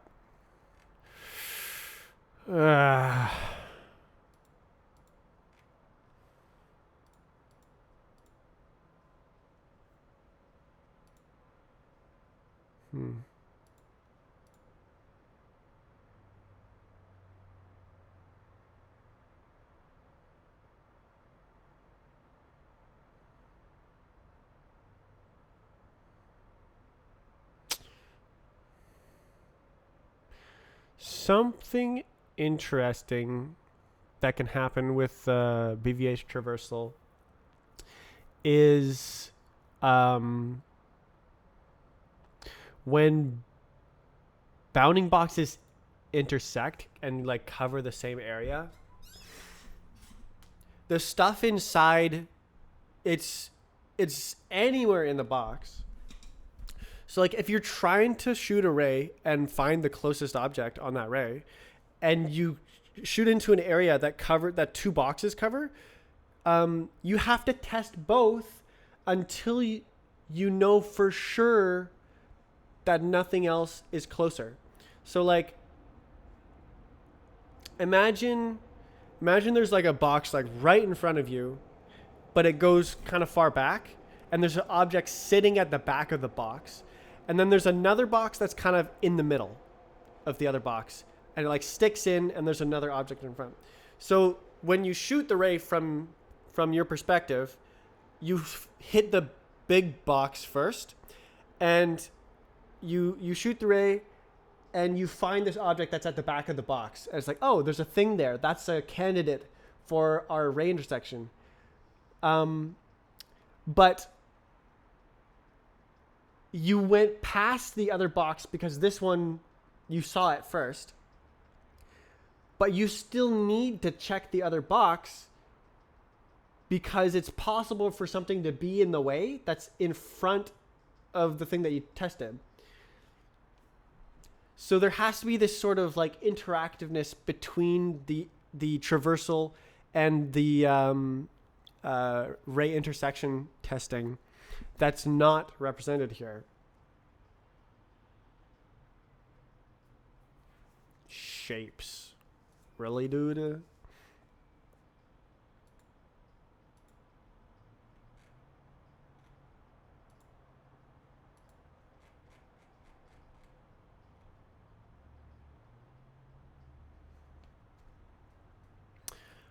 What? Does it construct a BVH from the shapes? Shapes. Wait a second.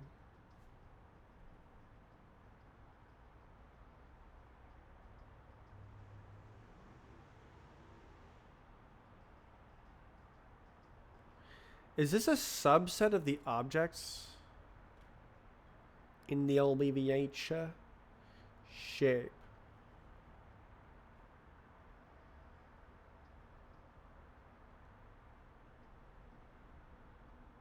Wait.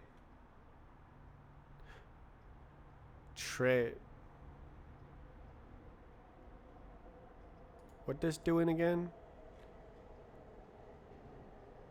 It's something that you can grab the a of.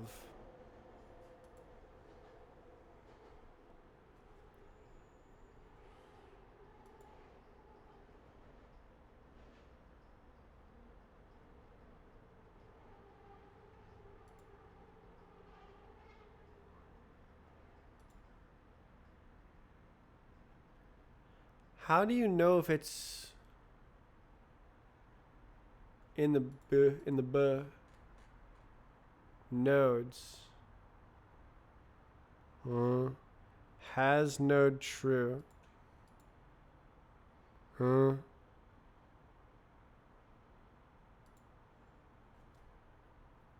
Huh?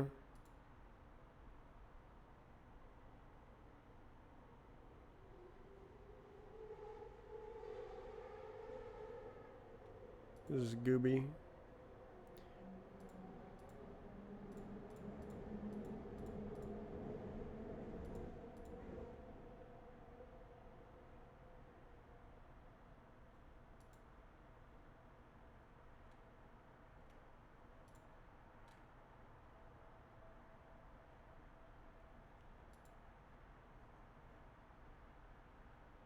Tests.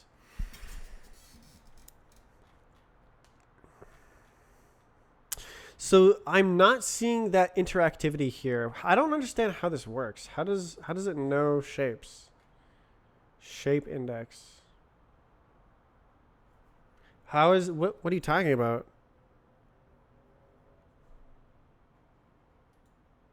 What? How is that relevant? Okay, so you can't select a subset. You have to use the same one as your BVH was generated with, and you just like expected to do that. There's no type safety. You can just like submit a shorter list and it'll just panic.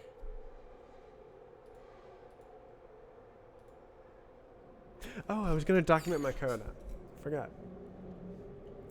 Speaking of just panic. All right. All right. All right. Close all. Misa documenta coda. The code. Documenta code. What? Code. Yes, right here. That's how it will be. Oh. Yeah. Just like say, hey man, don't do it bad.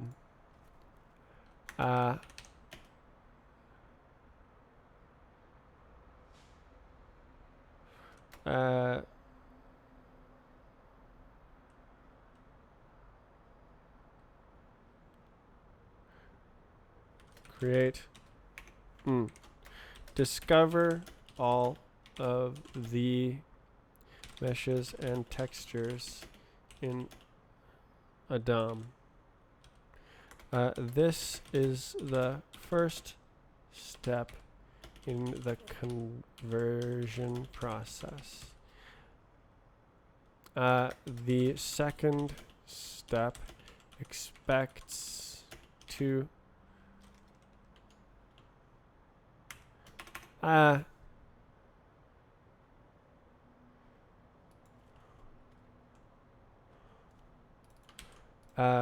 call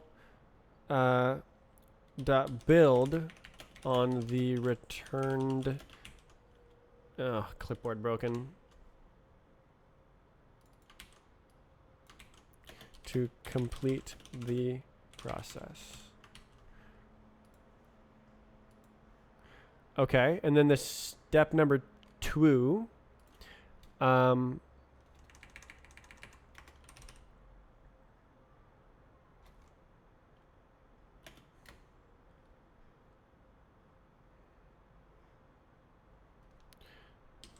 partially built map. Call dot build to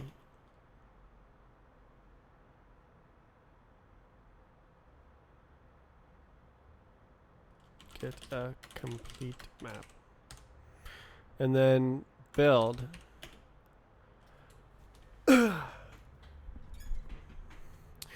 No way. Use the provided meshes and textures to produce a complete map. The meshes and textures are expected to be one-to-one with the iteration order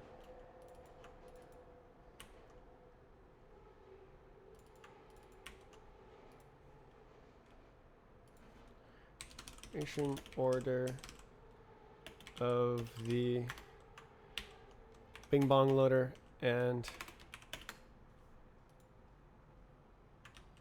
period. That's GG. Nice.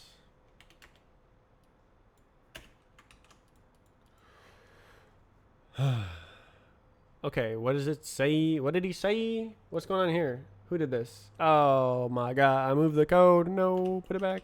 No. What happened? Put it back. Put it back. Alright, well, let me see. Yeah, okay, so now it says, oh, what? Why did it go like that? Discover all the meshes and textures in a DOM. This is the first step in the conversion process. Call build to complete the process. Okay. And then it didn't say anything in there. What?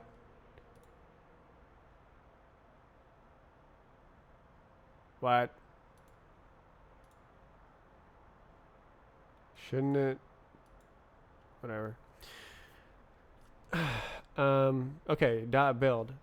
Use the provided meshes and textures to produce a complete map. The meshes and textures are expected to be one-to-one with the iteration order of the render config deferred loader and mesh deferred loader. I guess I'll, yeah, cool. Okay, so I wanted to document this because it's kind of a bad API. In the same way as this other one, where you could just mix everything up yourself. Wait, build slice. Why is it mutt? Are you trolling?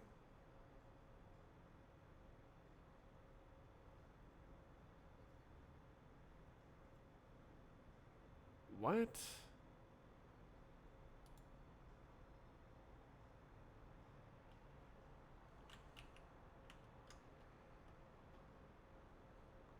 Who mutts this?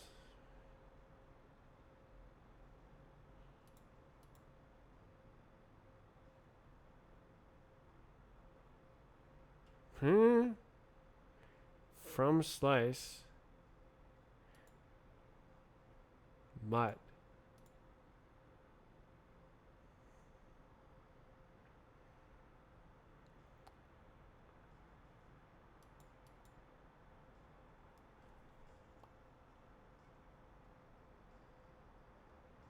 What?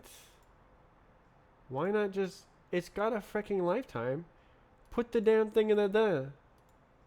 Huh? Huh? This is nonsense.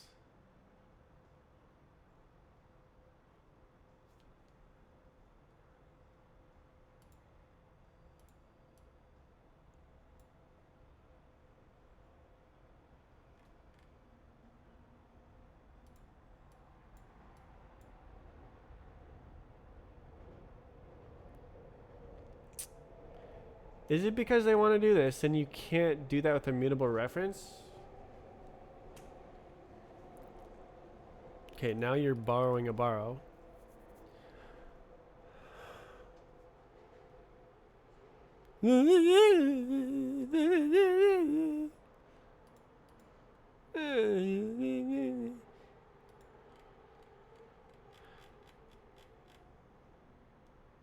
There's why? So it doesn't actually mutate it. It just steals it and like holds on to the lifetime. So okay, I see. Okay, so you're not allowed to mutate it because it's holding a mutable reference, but kinda, but not really. This is so goofy. Goofy library.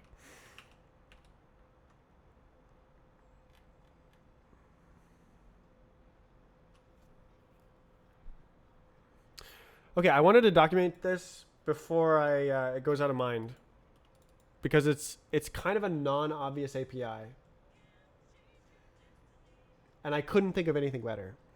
Because it needs to like do the okay, yeah. The meshes and texture. Yeah, okay.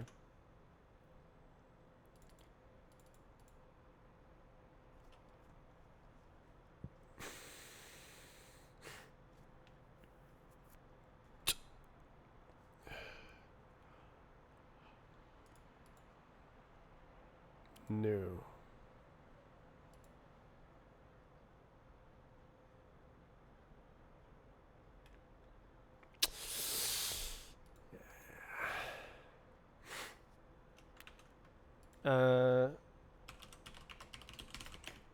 Document strange API.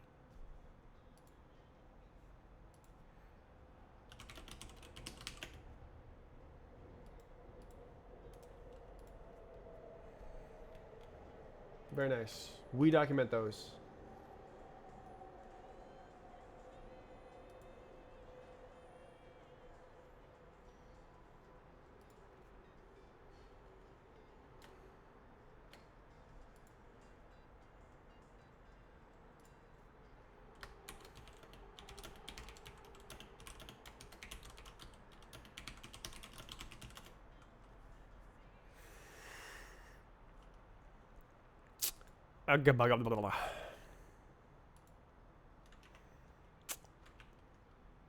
Cool. Good job documenting.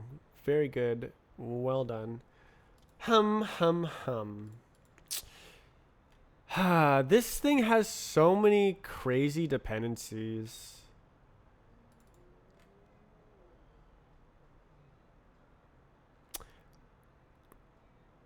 That would be nice to get rid of for the lib. Why is lib like this and bin is like this? Goofy.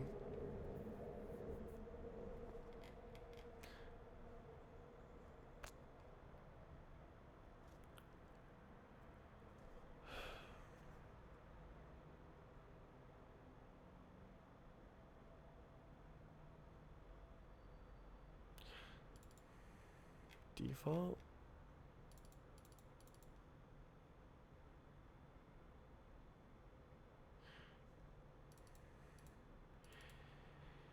Yeah. Oh, music ended. Unlucky.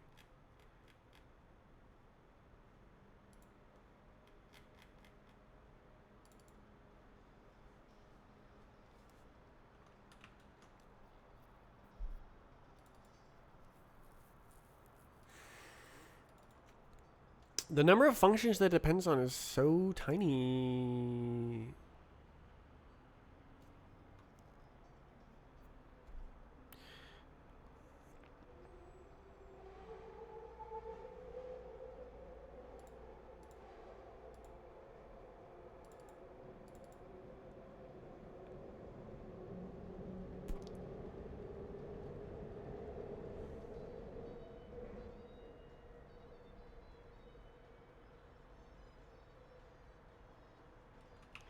Is there a util?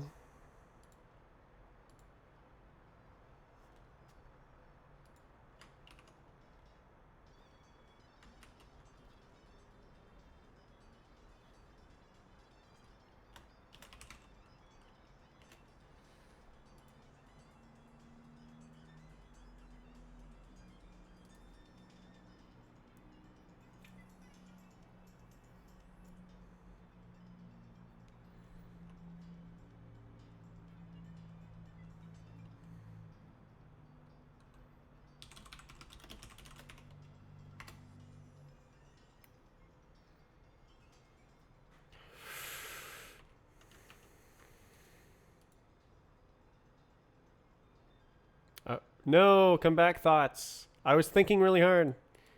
Yes, that's right. That's right. Yeah, util. Yeah, yeah, yeah, yeah. Oh.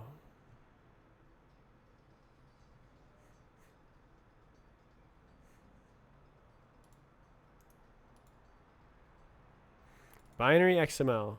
Serde. Hell is that? I see.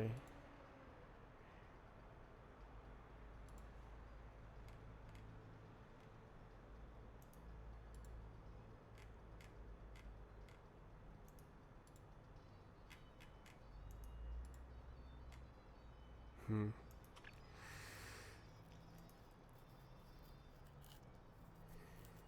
Is this published? I don't think it is, right?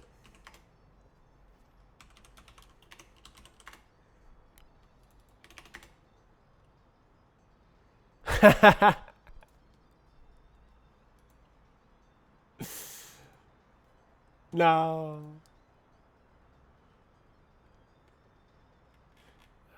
Underscore util. Cool.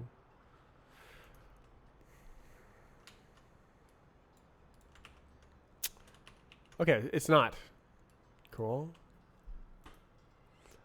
I want this so often where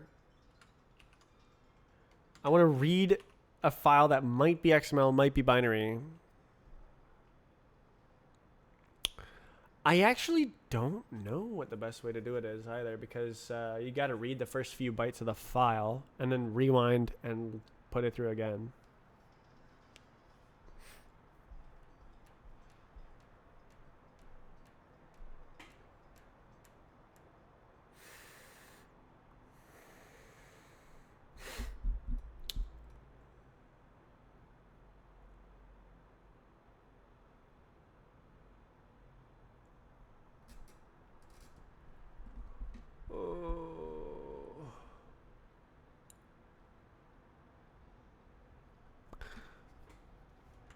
Let's see.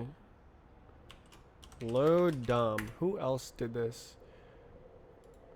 So map fixer, asset tool, combobulator, and map tool. Yeah, so why don't I search for F?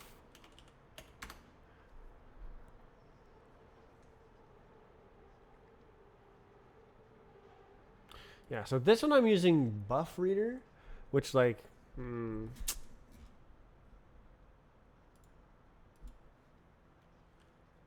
that's nice. Data.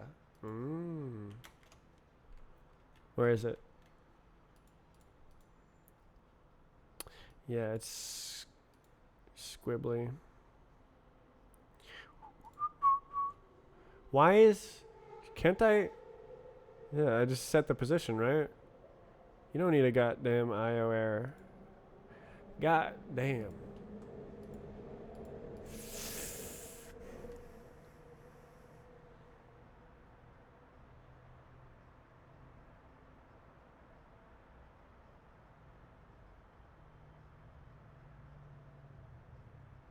Why am I doing this at all? Just just yoink it. What? Idiot. First 8. What? Big dummy.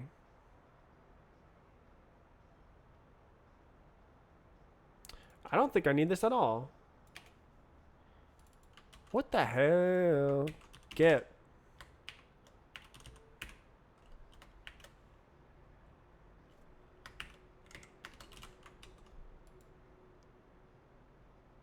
Oh.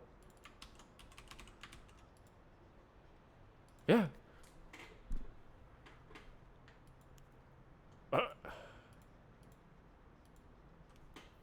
Uh, what? Okay.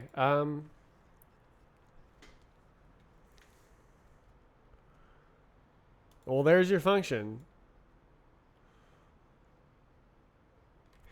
It's 3 different little tools. Convert texture. I don't want to take on all the dependencies. Oh, this error. Oh, goodness. Oh, my.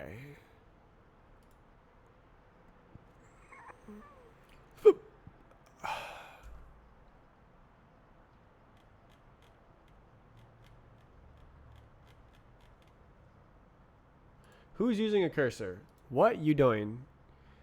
DDS right. Does I want seek? No. Just write it, dude.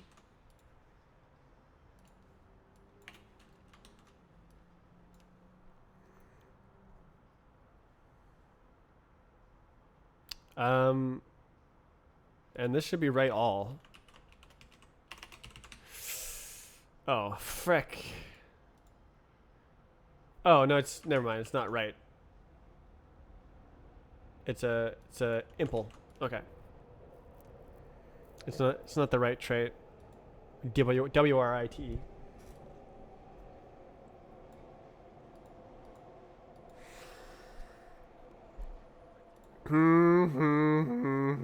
So this can actually be underscore default.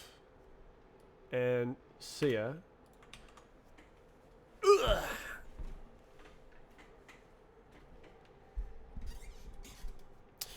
And why the hell was it not like this to begin with? What the hell? How big is this? 16. Oof.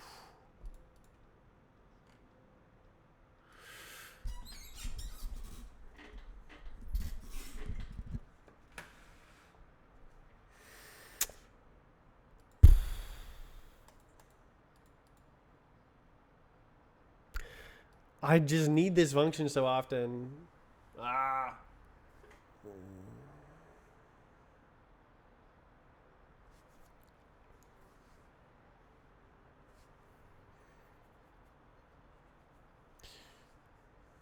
I swear I did this before. What happened?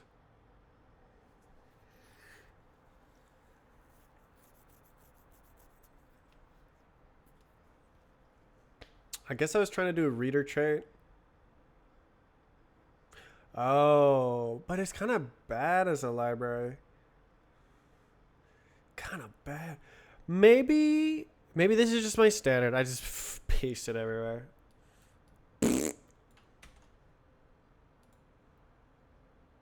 Cause like, oh, that's one I just did. It freaking sucks. Like, ew, what am I doing?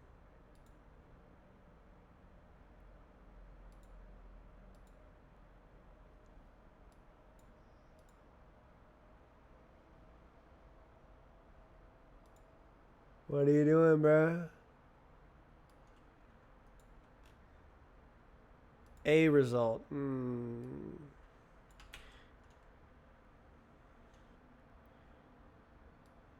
True.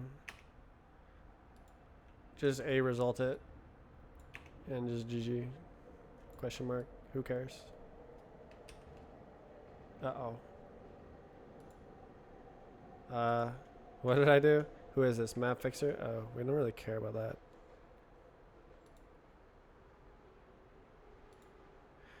Man, we blew through that. Oh no, I thought we were in Mario Galaxy. It sounds so much like Mario Galaxy.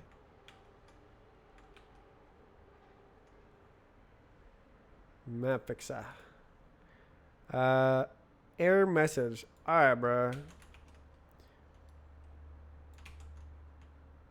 You good, bro? Return.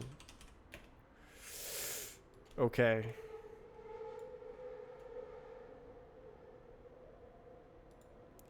Can I just into? No.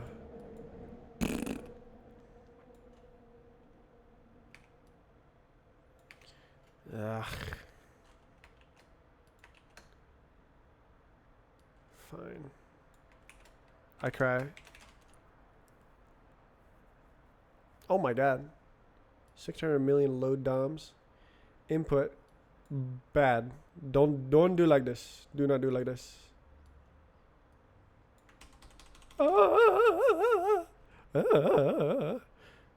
STD FS read. Yeah. And then no mutt. That's Gooby.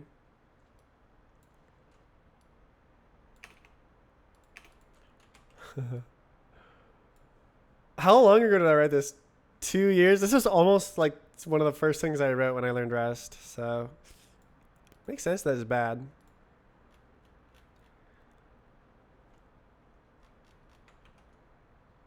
Why?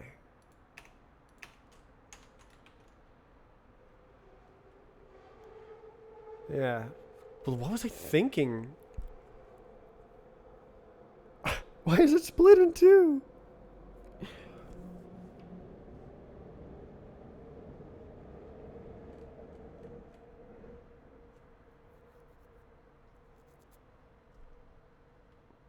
Oh yeah, I wonder what's strafe map fixer. Cargo clippy. Blippy. The fixums. Yeah. Why? Oh, file. Suppose. You can also just pass it straight in. Doesn't need to be much. I had no idea what I was doing. Yeah, okay. String stir. I'll just like Clippy fix it after. Paste. Better. Load. There's only... Yeah, I'm just going to paste it. It's 5 lines of code, okay? Paste it. Duplicate the code instead of taking on all these dependencies. Okay. Cargo clippy fix. Bingus bongus. Go for it, bruh. Really, dude? Did it fix it?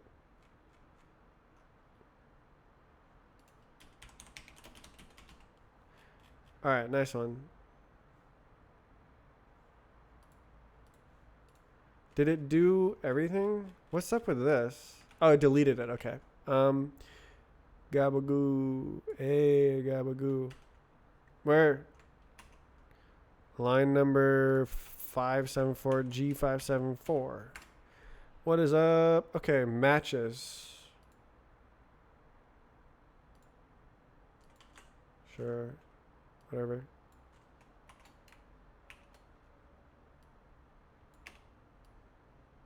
Does look nicer.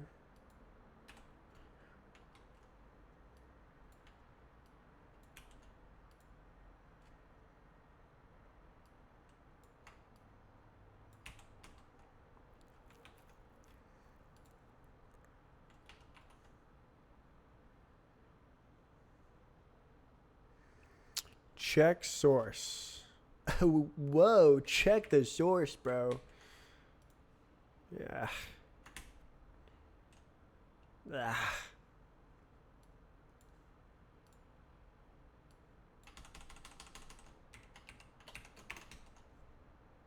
Check your source, bro. What are you doing? Stir. Check source. Please, please, please, please be right there. No. There it is. Stir. There you go.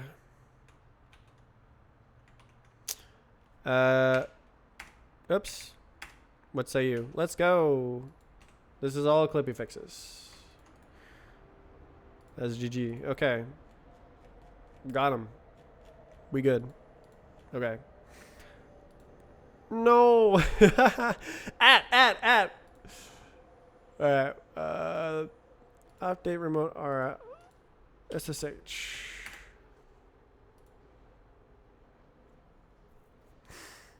Alright, dude. Cool. Okay, that's handled. Next, dingus. Alright, yoinky, sploinky. Oh, that's right. There's the freaking error.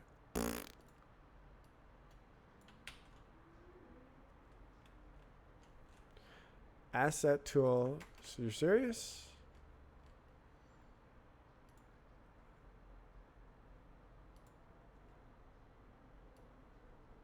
Just like, say less.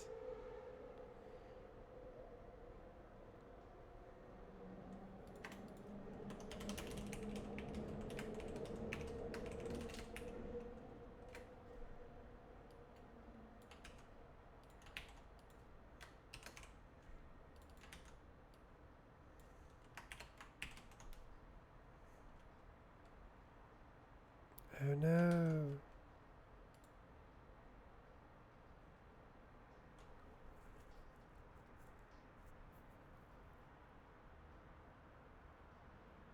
Uh-oh.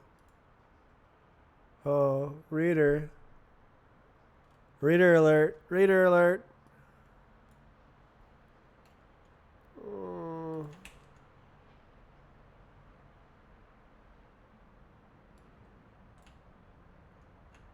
Question mark, question mark. Come on, bro. What did I do? Okay. Shh, shh, shh, shh, shh. Is it here? No.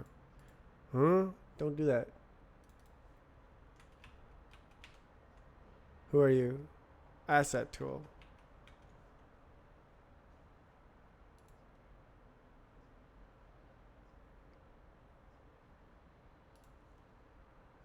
Asset tool. Asset. Oh. I'm in the middle of a goob grade.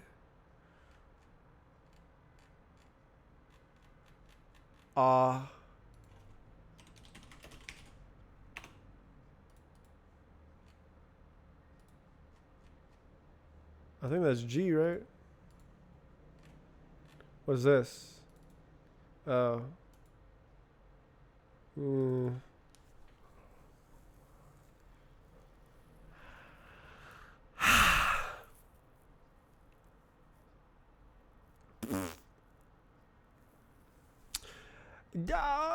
How many times do I actually use this? Like, map service process download asset. It's this dedicated function. It's used once. Just write the code. All right, I'm just gonna not do it here. We're gonna zoop the code into the other guy. Boom.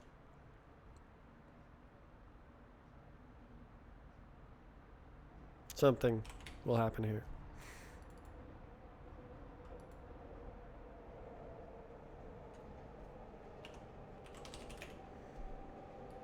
And someone will have to figure that out. Good luck, someone.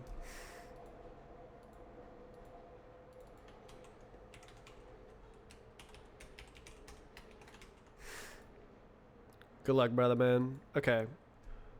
Hoorah.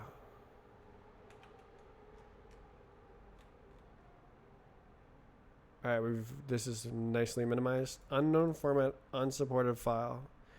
Unknown Roblox file. No.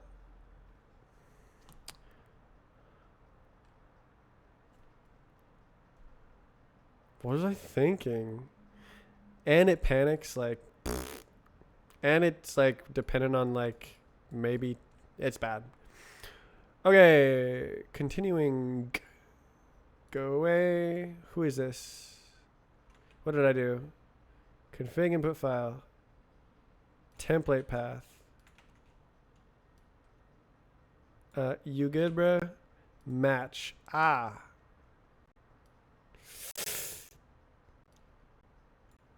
All right. No, use clipboard broken. What do you want?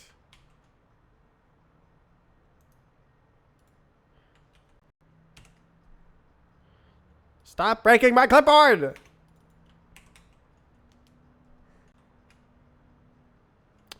Okay, next error.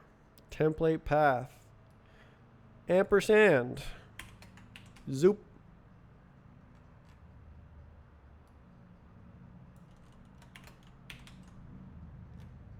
What's up with that? Right.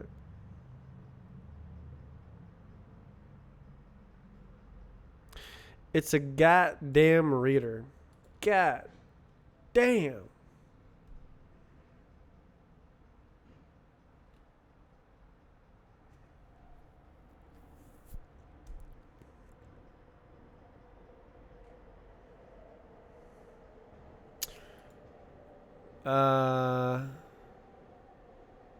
So the point of this is that because it's a reader, you can like, kind of like.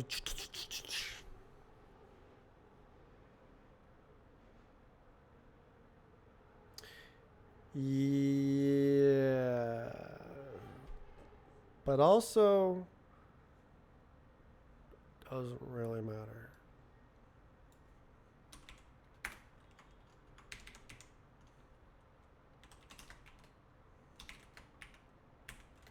So yeah.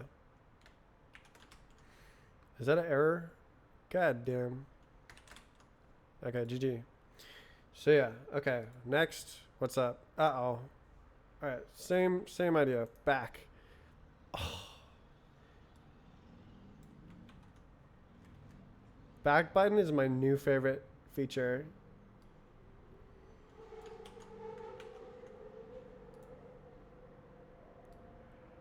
This is a little bit unlucky. Oh, no, it's in the main. We don't care. So yeah. Question mark. Download decal error. Load DOM error. Oof.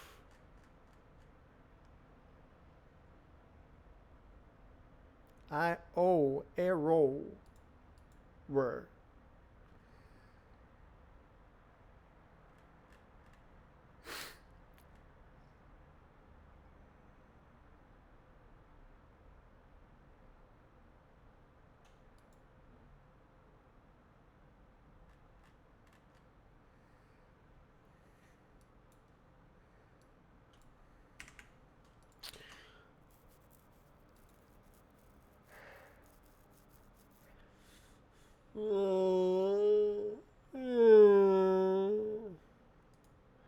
There's no IO errors in here.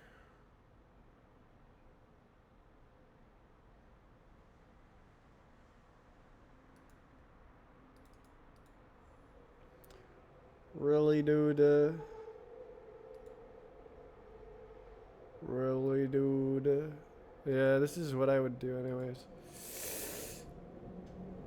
Ugh.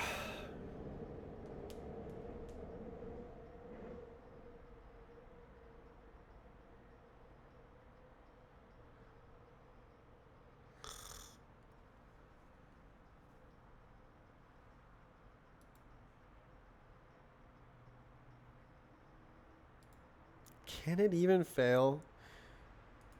2vec. Bytes as ref read to end.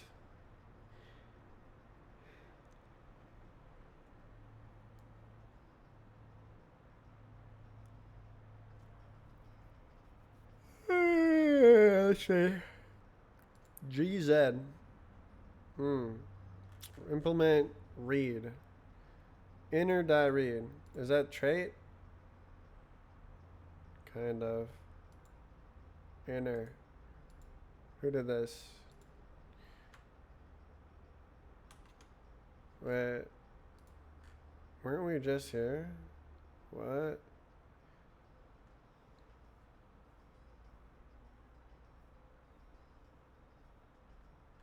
Yeah, read. Okay, it's right here. Parse. Parser.parse. Alright, bro.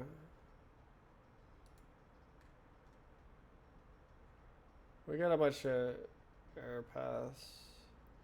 But is it like, are we like generating our own errors? Or are we like just plumbing read errors?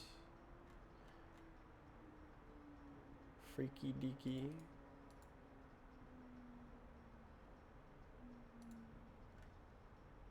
Who is question marking here? Error, bad header. Yeah, we're generating errors here. Goofy goober. IO error. That's pretty goofy. Okay, so it is generating errors.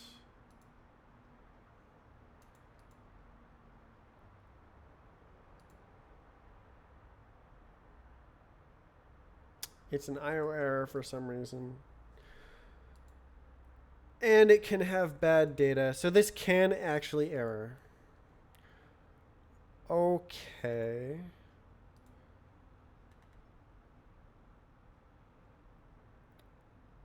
Okay. Unlucky. We need a new error variant. Data. Shh.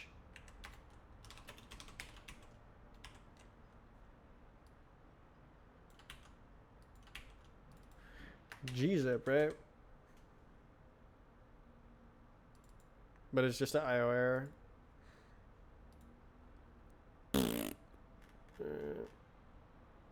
Who's first? Pull get gzip. Alright. Gzip. Capital? Who? Huh? What am I doing? I lost the sauce. There it is. Go. GZ lowercase. Okay. std IO error.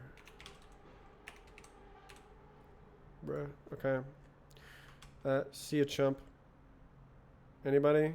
Hello? Question mark has result. Ah. That was GG. Okay.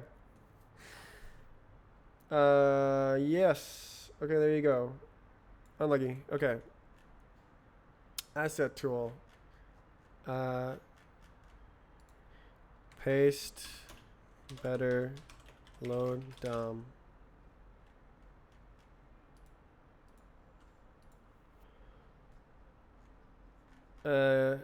Overall minus of code. Very nice. You love to see it. Do we got any Clippy on this?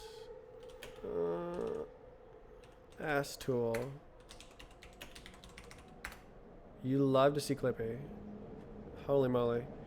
Cargo Clippy fix. Don't care.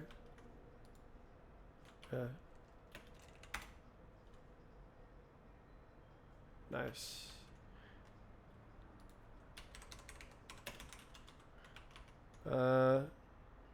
Ends with the enum's name. True, but that's like a. Oh no, it's main. Okay, we're GG. Okay, who is this? 144. 1,447. Error. I usually try to avoid that. Actually, F2. There you go. That's GG. Okay.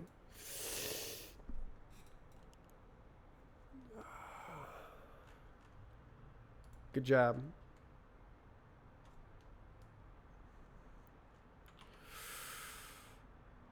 Go next. Okay, now we paste the bingus into this guy. Where did it go? Who did this? CLI. It's right here. It's right here. Alright, I hope the clipboard works. Golly, I sure hope the clipboard works. Error. Load DOM error. Yeah, the clipboard didn't work. Nice one. How did I know that it wouldn't work? There must be something that triggers it that I'm like subconsciously catching on to.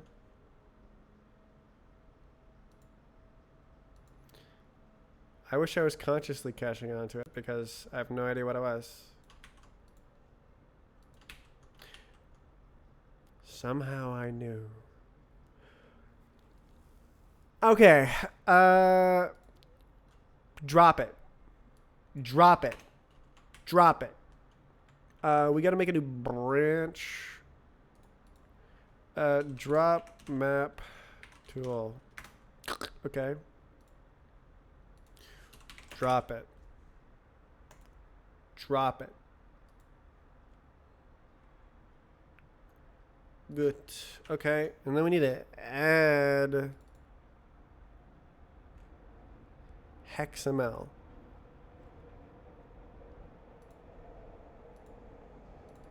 Ah.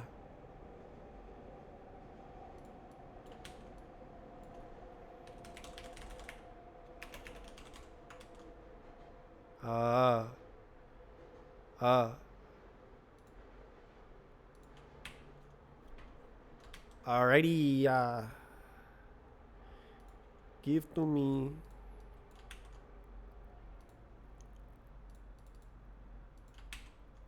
There you go. Very good. Very good one. Okay, then. But is it? I don't know. Load them. Error.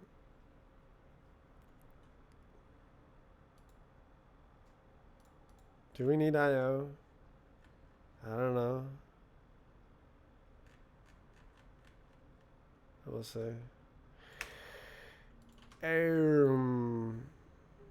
Probably we do for gzip, don't we? Download asset. Just paste the damn function. Why don't I'll put it in util. New file util. And this guy goes in there. Gabagoo. And then the other guy goes in there. Aswale. It's just like 5 lines of code, man. Just write the 5 lines of code. It's not worth making a library or importing a billion lines of code for.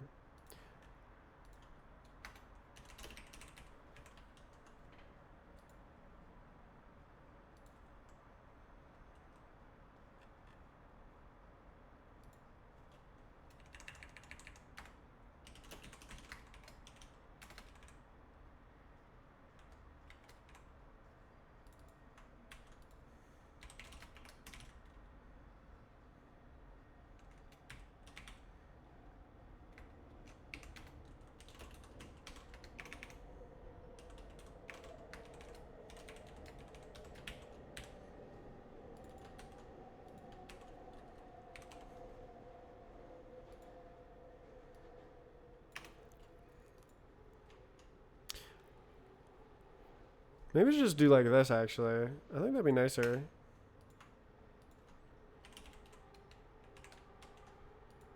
It's kind of juiced.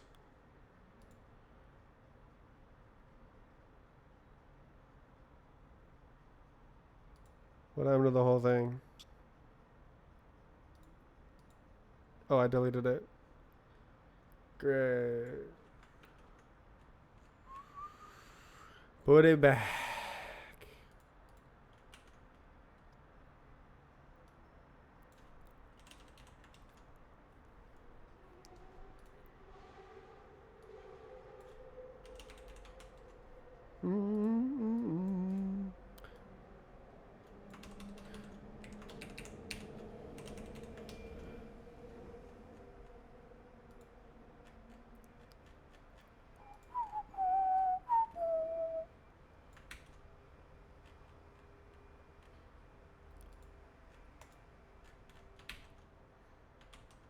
So close. Okay. So, I'm just gonna not use this error because this is no longer a library.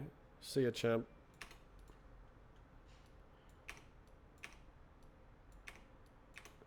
We do not care. Alright, image and image DDS. Add those suckers to death. Where? Stray. Wrong.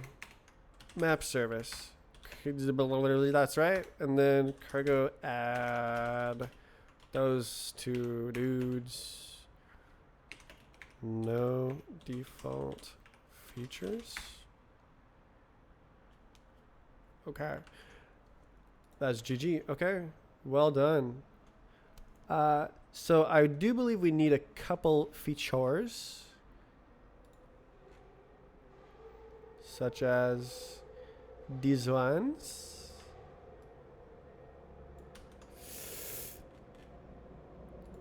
Such as. Very nice, very nice.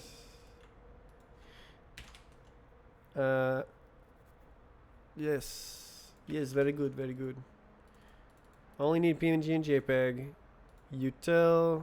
What do you want? Question mark.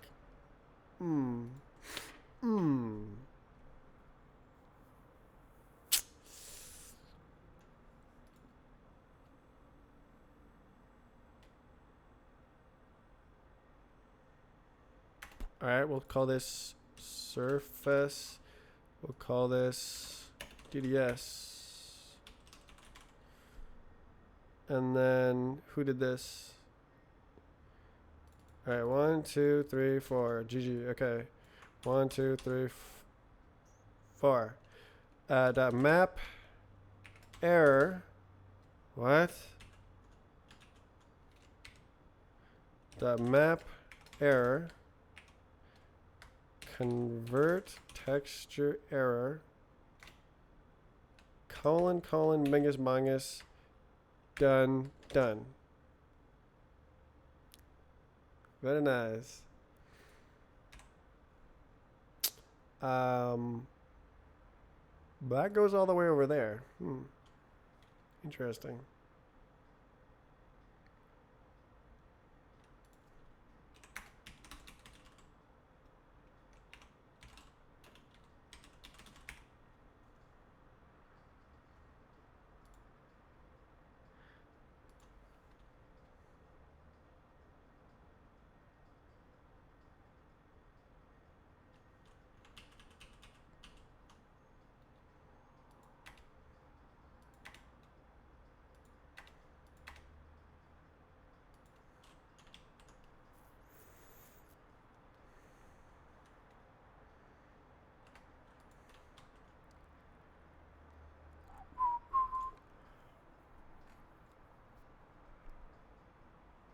E.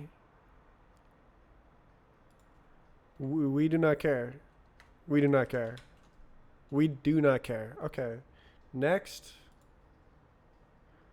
We do not care. We do not care. Let's go. Okay.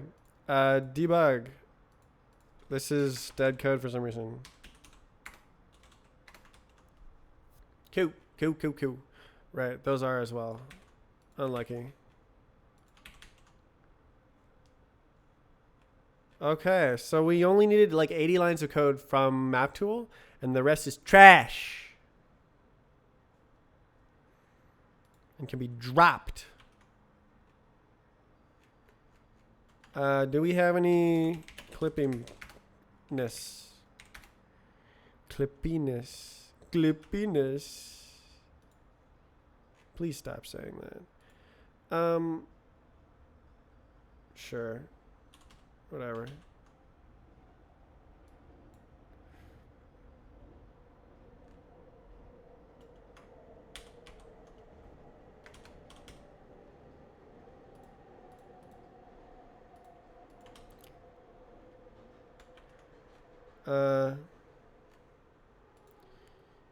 So, sure. I don't care. Just do it. What happened here? Why is this different?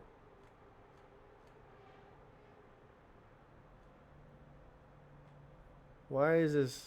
Oh, it's added. Okay.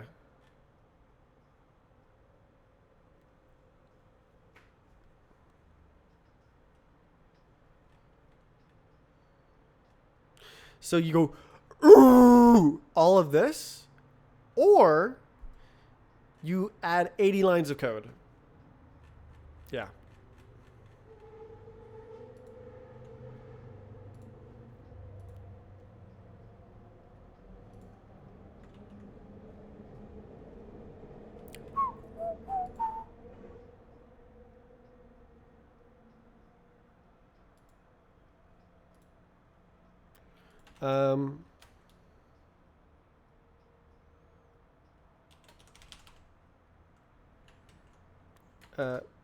Yeah, drop map tool.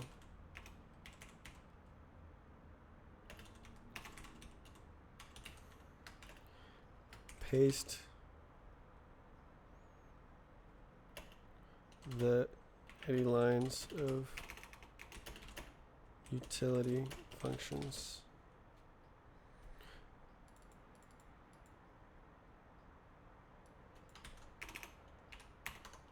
Come on, bro.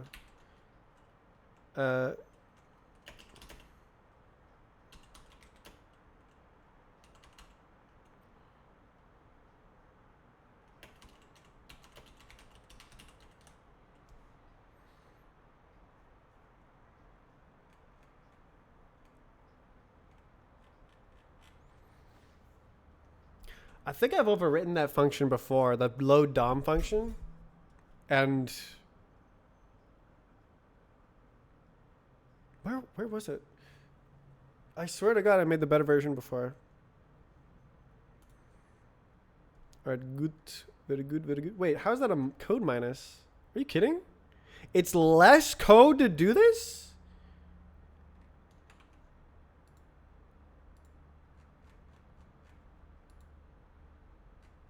Huh? Where's... Is it not... Oh, it's not staged. Okay.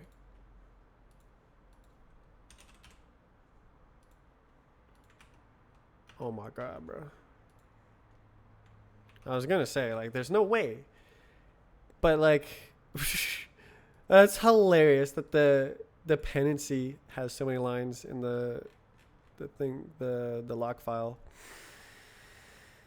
Okay, that makes more sense. It's tiny.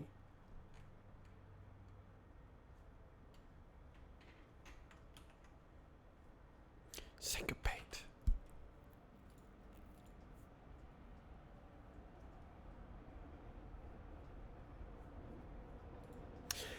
Like, this could kind of be a library.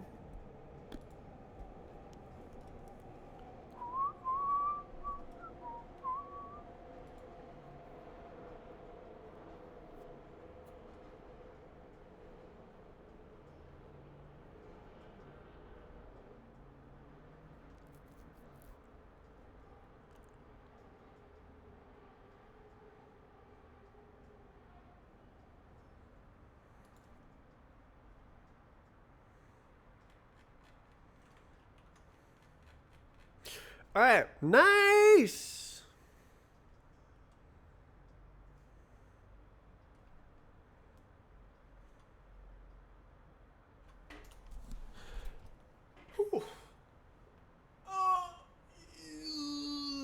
That was a big pain point.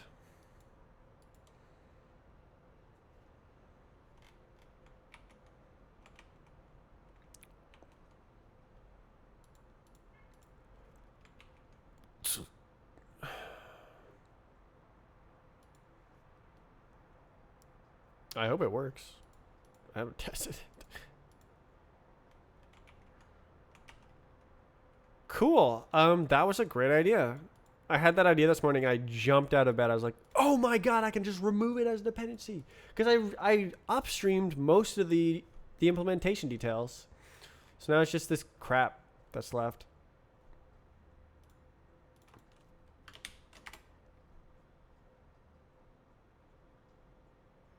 The map tool. Huh.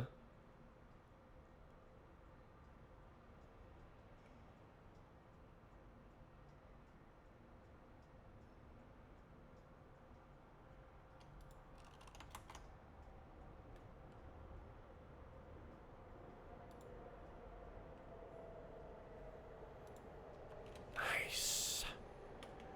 Hell yeah. You love to see it. Did I push it to the asset tool as well? I did. Well done.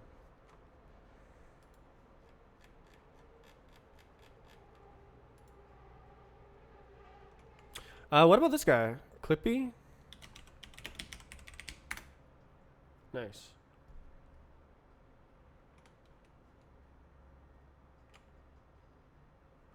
I wonder if this is ready to use. I don't believe so. Let's see.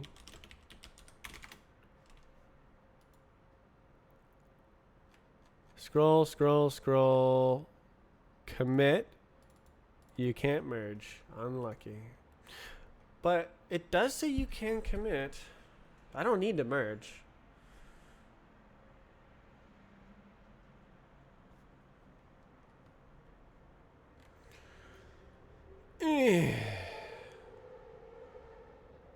That's done.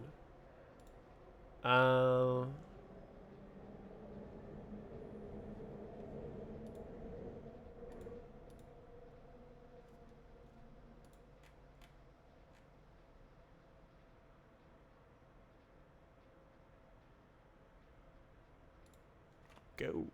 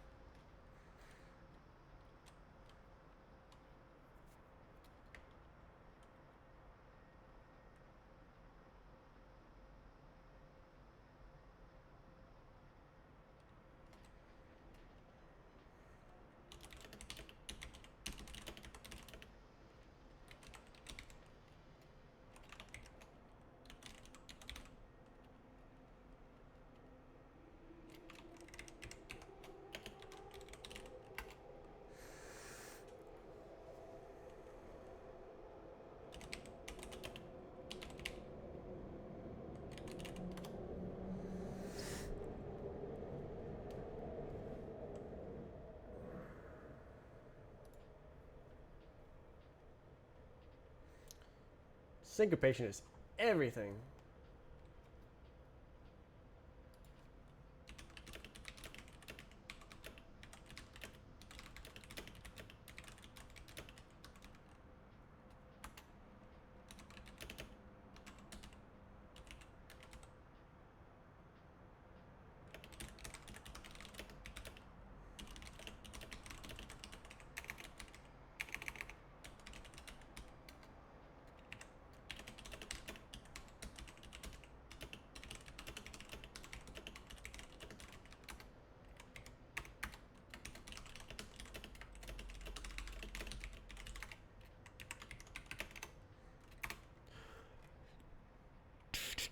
Okay.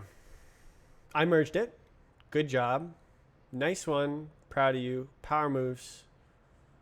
Hell yeah.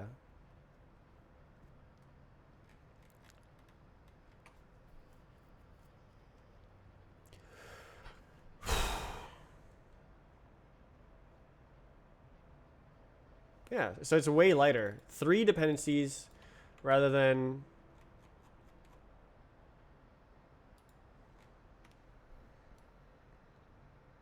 that.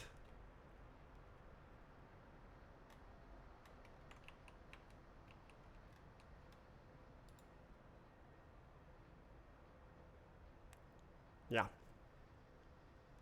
Nice.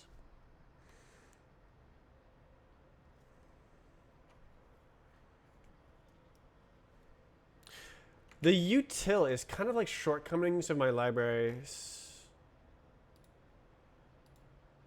But like this doesn't exist in any of my libraries anywhere. This is like arguably shortcoming. Yeah, so no, this is a shortcoming of the Roblox. Oh, what the hell? I wonder if...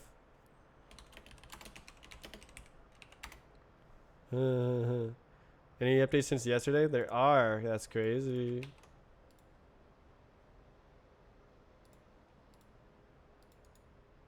Hmm. Hmm.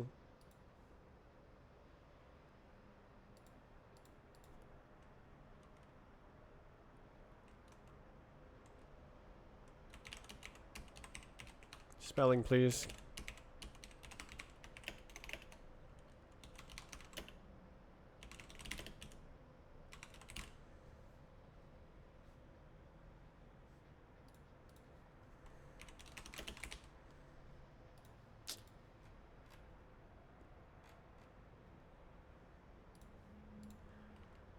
Okay. See ya. See ya. See ya. See ya. See ya. Oh my god, I have so many branches. Oh no, it's just this. Fetch prune. Whoosh. It all goes away. Okay. See ya. Clean, clean, clean. Admin operation. I already did that, didn't I? Didn't I? What is that? AI. We do not care. Just do it again later. Okay. Cool. Nice. Good job. Nice clean lines.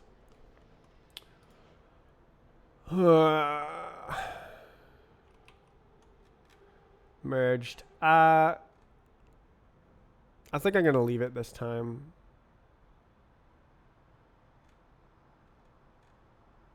Because it's not going to be faster. It's just different. It just calls the functions here instead of there. The binary is probably smaller. It's whatever.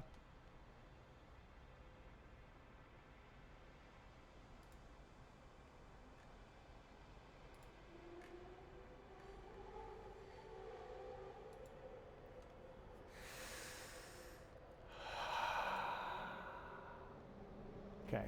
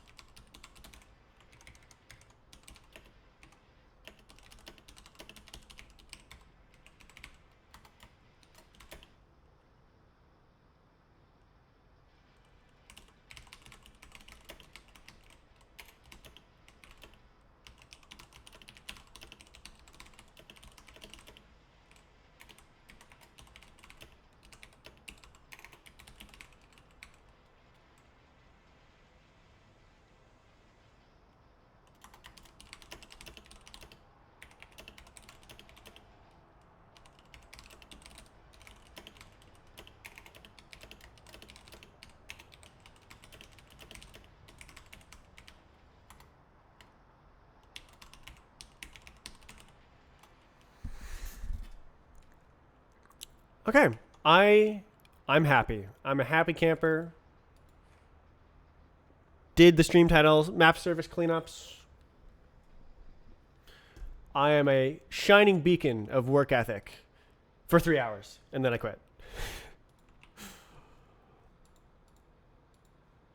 Wow, how do you get so much work done? Well, the trick is I don't. It's informative. Not really. I really do get work done. I completed what I wanted to do this week. It feels good. Starting on Monday, I'll try to get back into the nitty gritty details of the game engine. Try to directly attack either that or I'll figure out how I want to do transparency for rendering and implement that in the rendering. But yeah, back on. I want to get back on to working on the game engine. It hasn't changed. Like, my mind, I haven't changed my mind of wanting to do that long term. I want to have my own code that I work on. I fucking love bhop and surf. Working on that code is so much fun.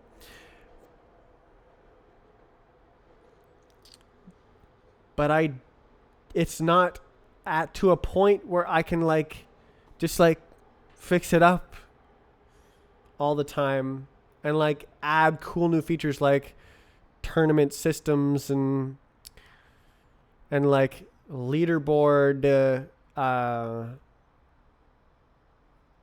update system. Like one of the features that excites me and drives me is if I update the physics engine for the game, I can re-simulate the entire leaderboards on the new engine because it records the key presses. And if you press the same keys, it should largely do the same thing. And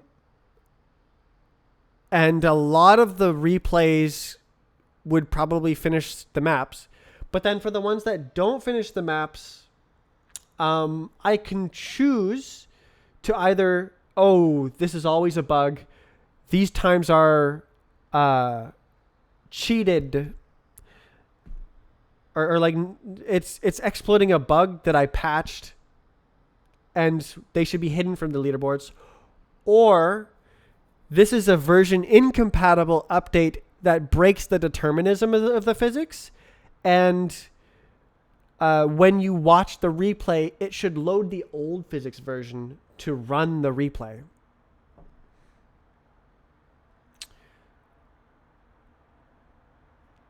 Which is pretty complicated. Have version incompatible updates. The replay remembers which physics was gotten with. Long term, are you going to share leaderboards between the Roblox game client and your game engine's client? No, the physics engines are too different. We could compare. We could have a side by side. It's probably very similar, but it can't be the same leaderboard because there will be exploits in Roblox and differences in the way it works. All right, Mario Galaxy, nah. It's such a bad time investment for making money. I really do need side projects, or I guess probably what I need is a main job. Literally just go get a job and then work on this as a side project. But I want to make it to the point where you can play the game and get a time. And then probably what I need to do is get a job. Either that or start a business of Roblox emulator.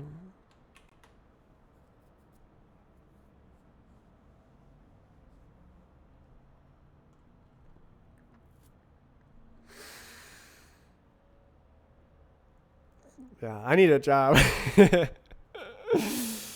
Programming jobs are disappearing now. be an AI master. I don't want to be a babysitter. I don't want to be an AI babysitter. Just do freelance. I think the problem is I'm mega slow. There's no one who would want to pay me to write 300 lines of code per day for 3 hours next day.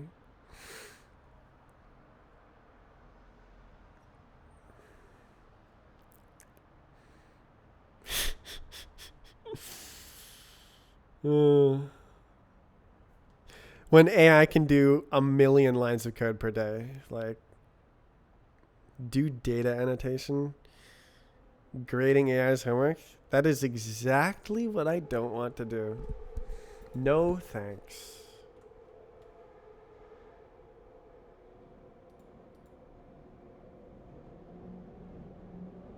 I can't get into this.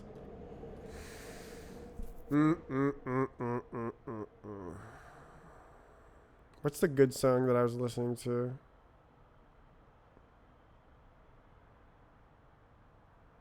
Oh, I know what it is. This one.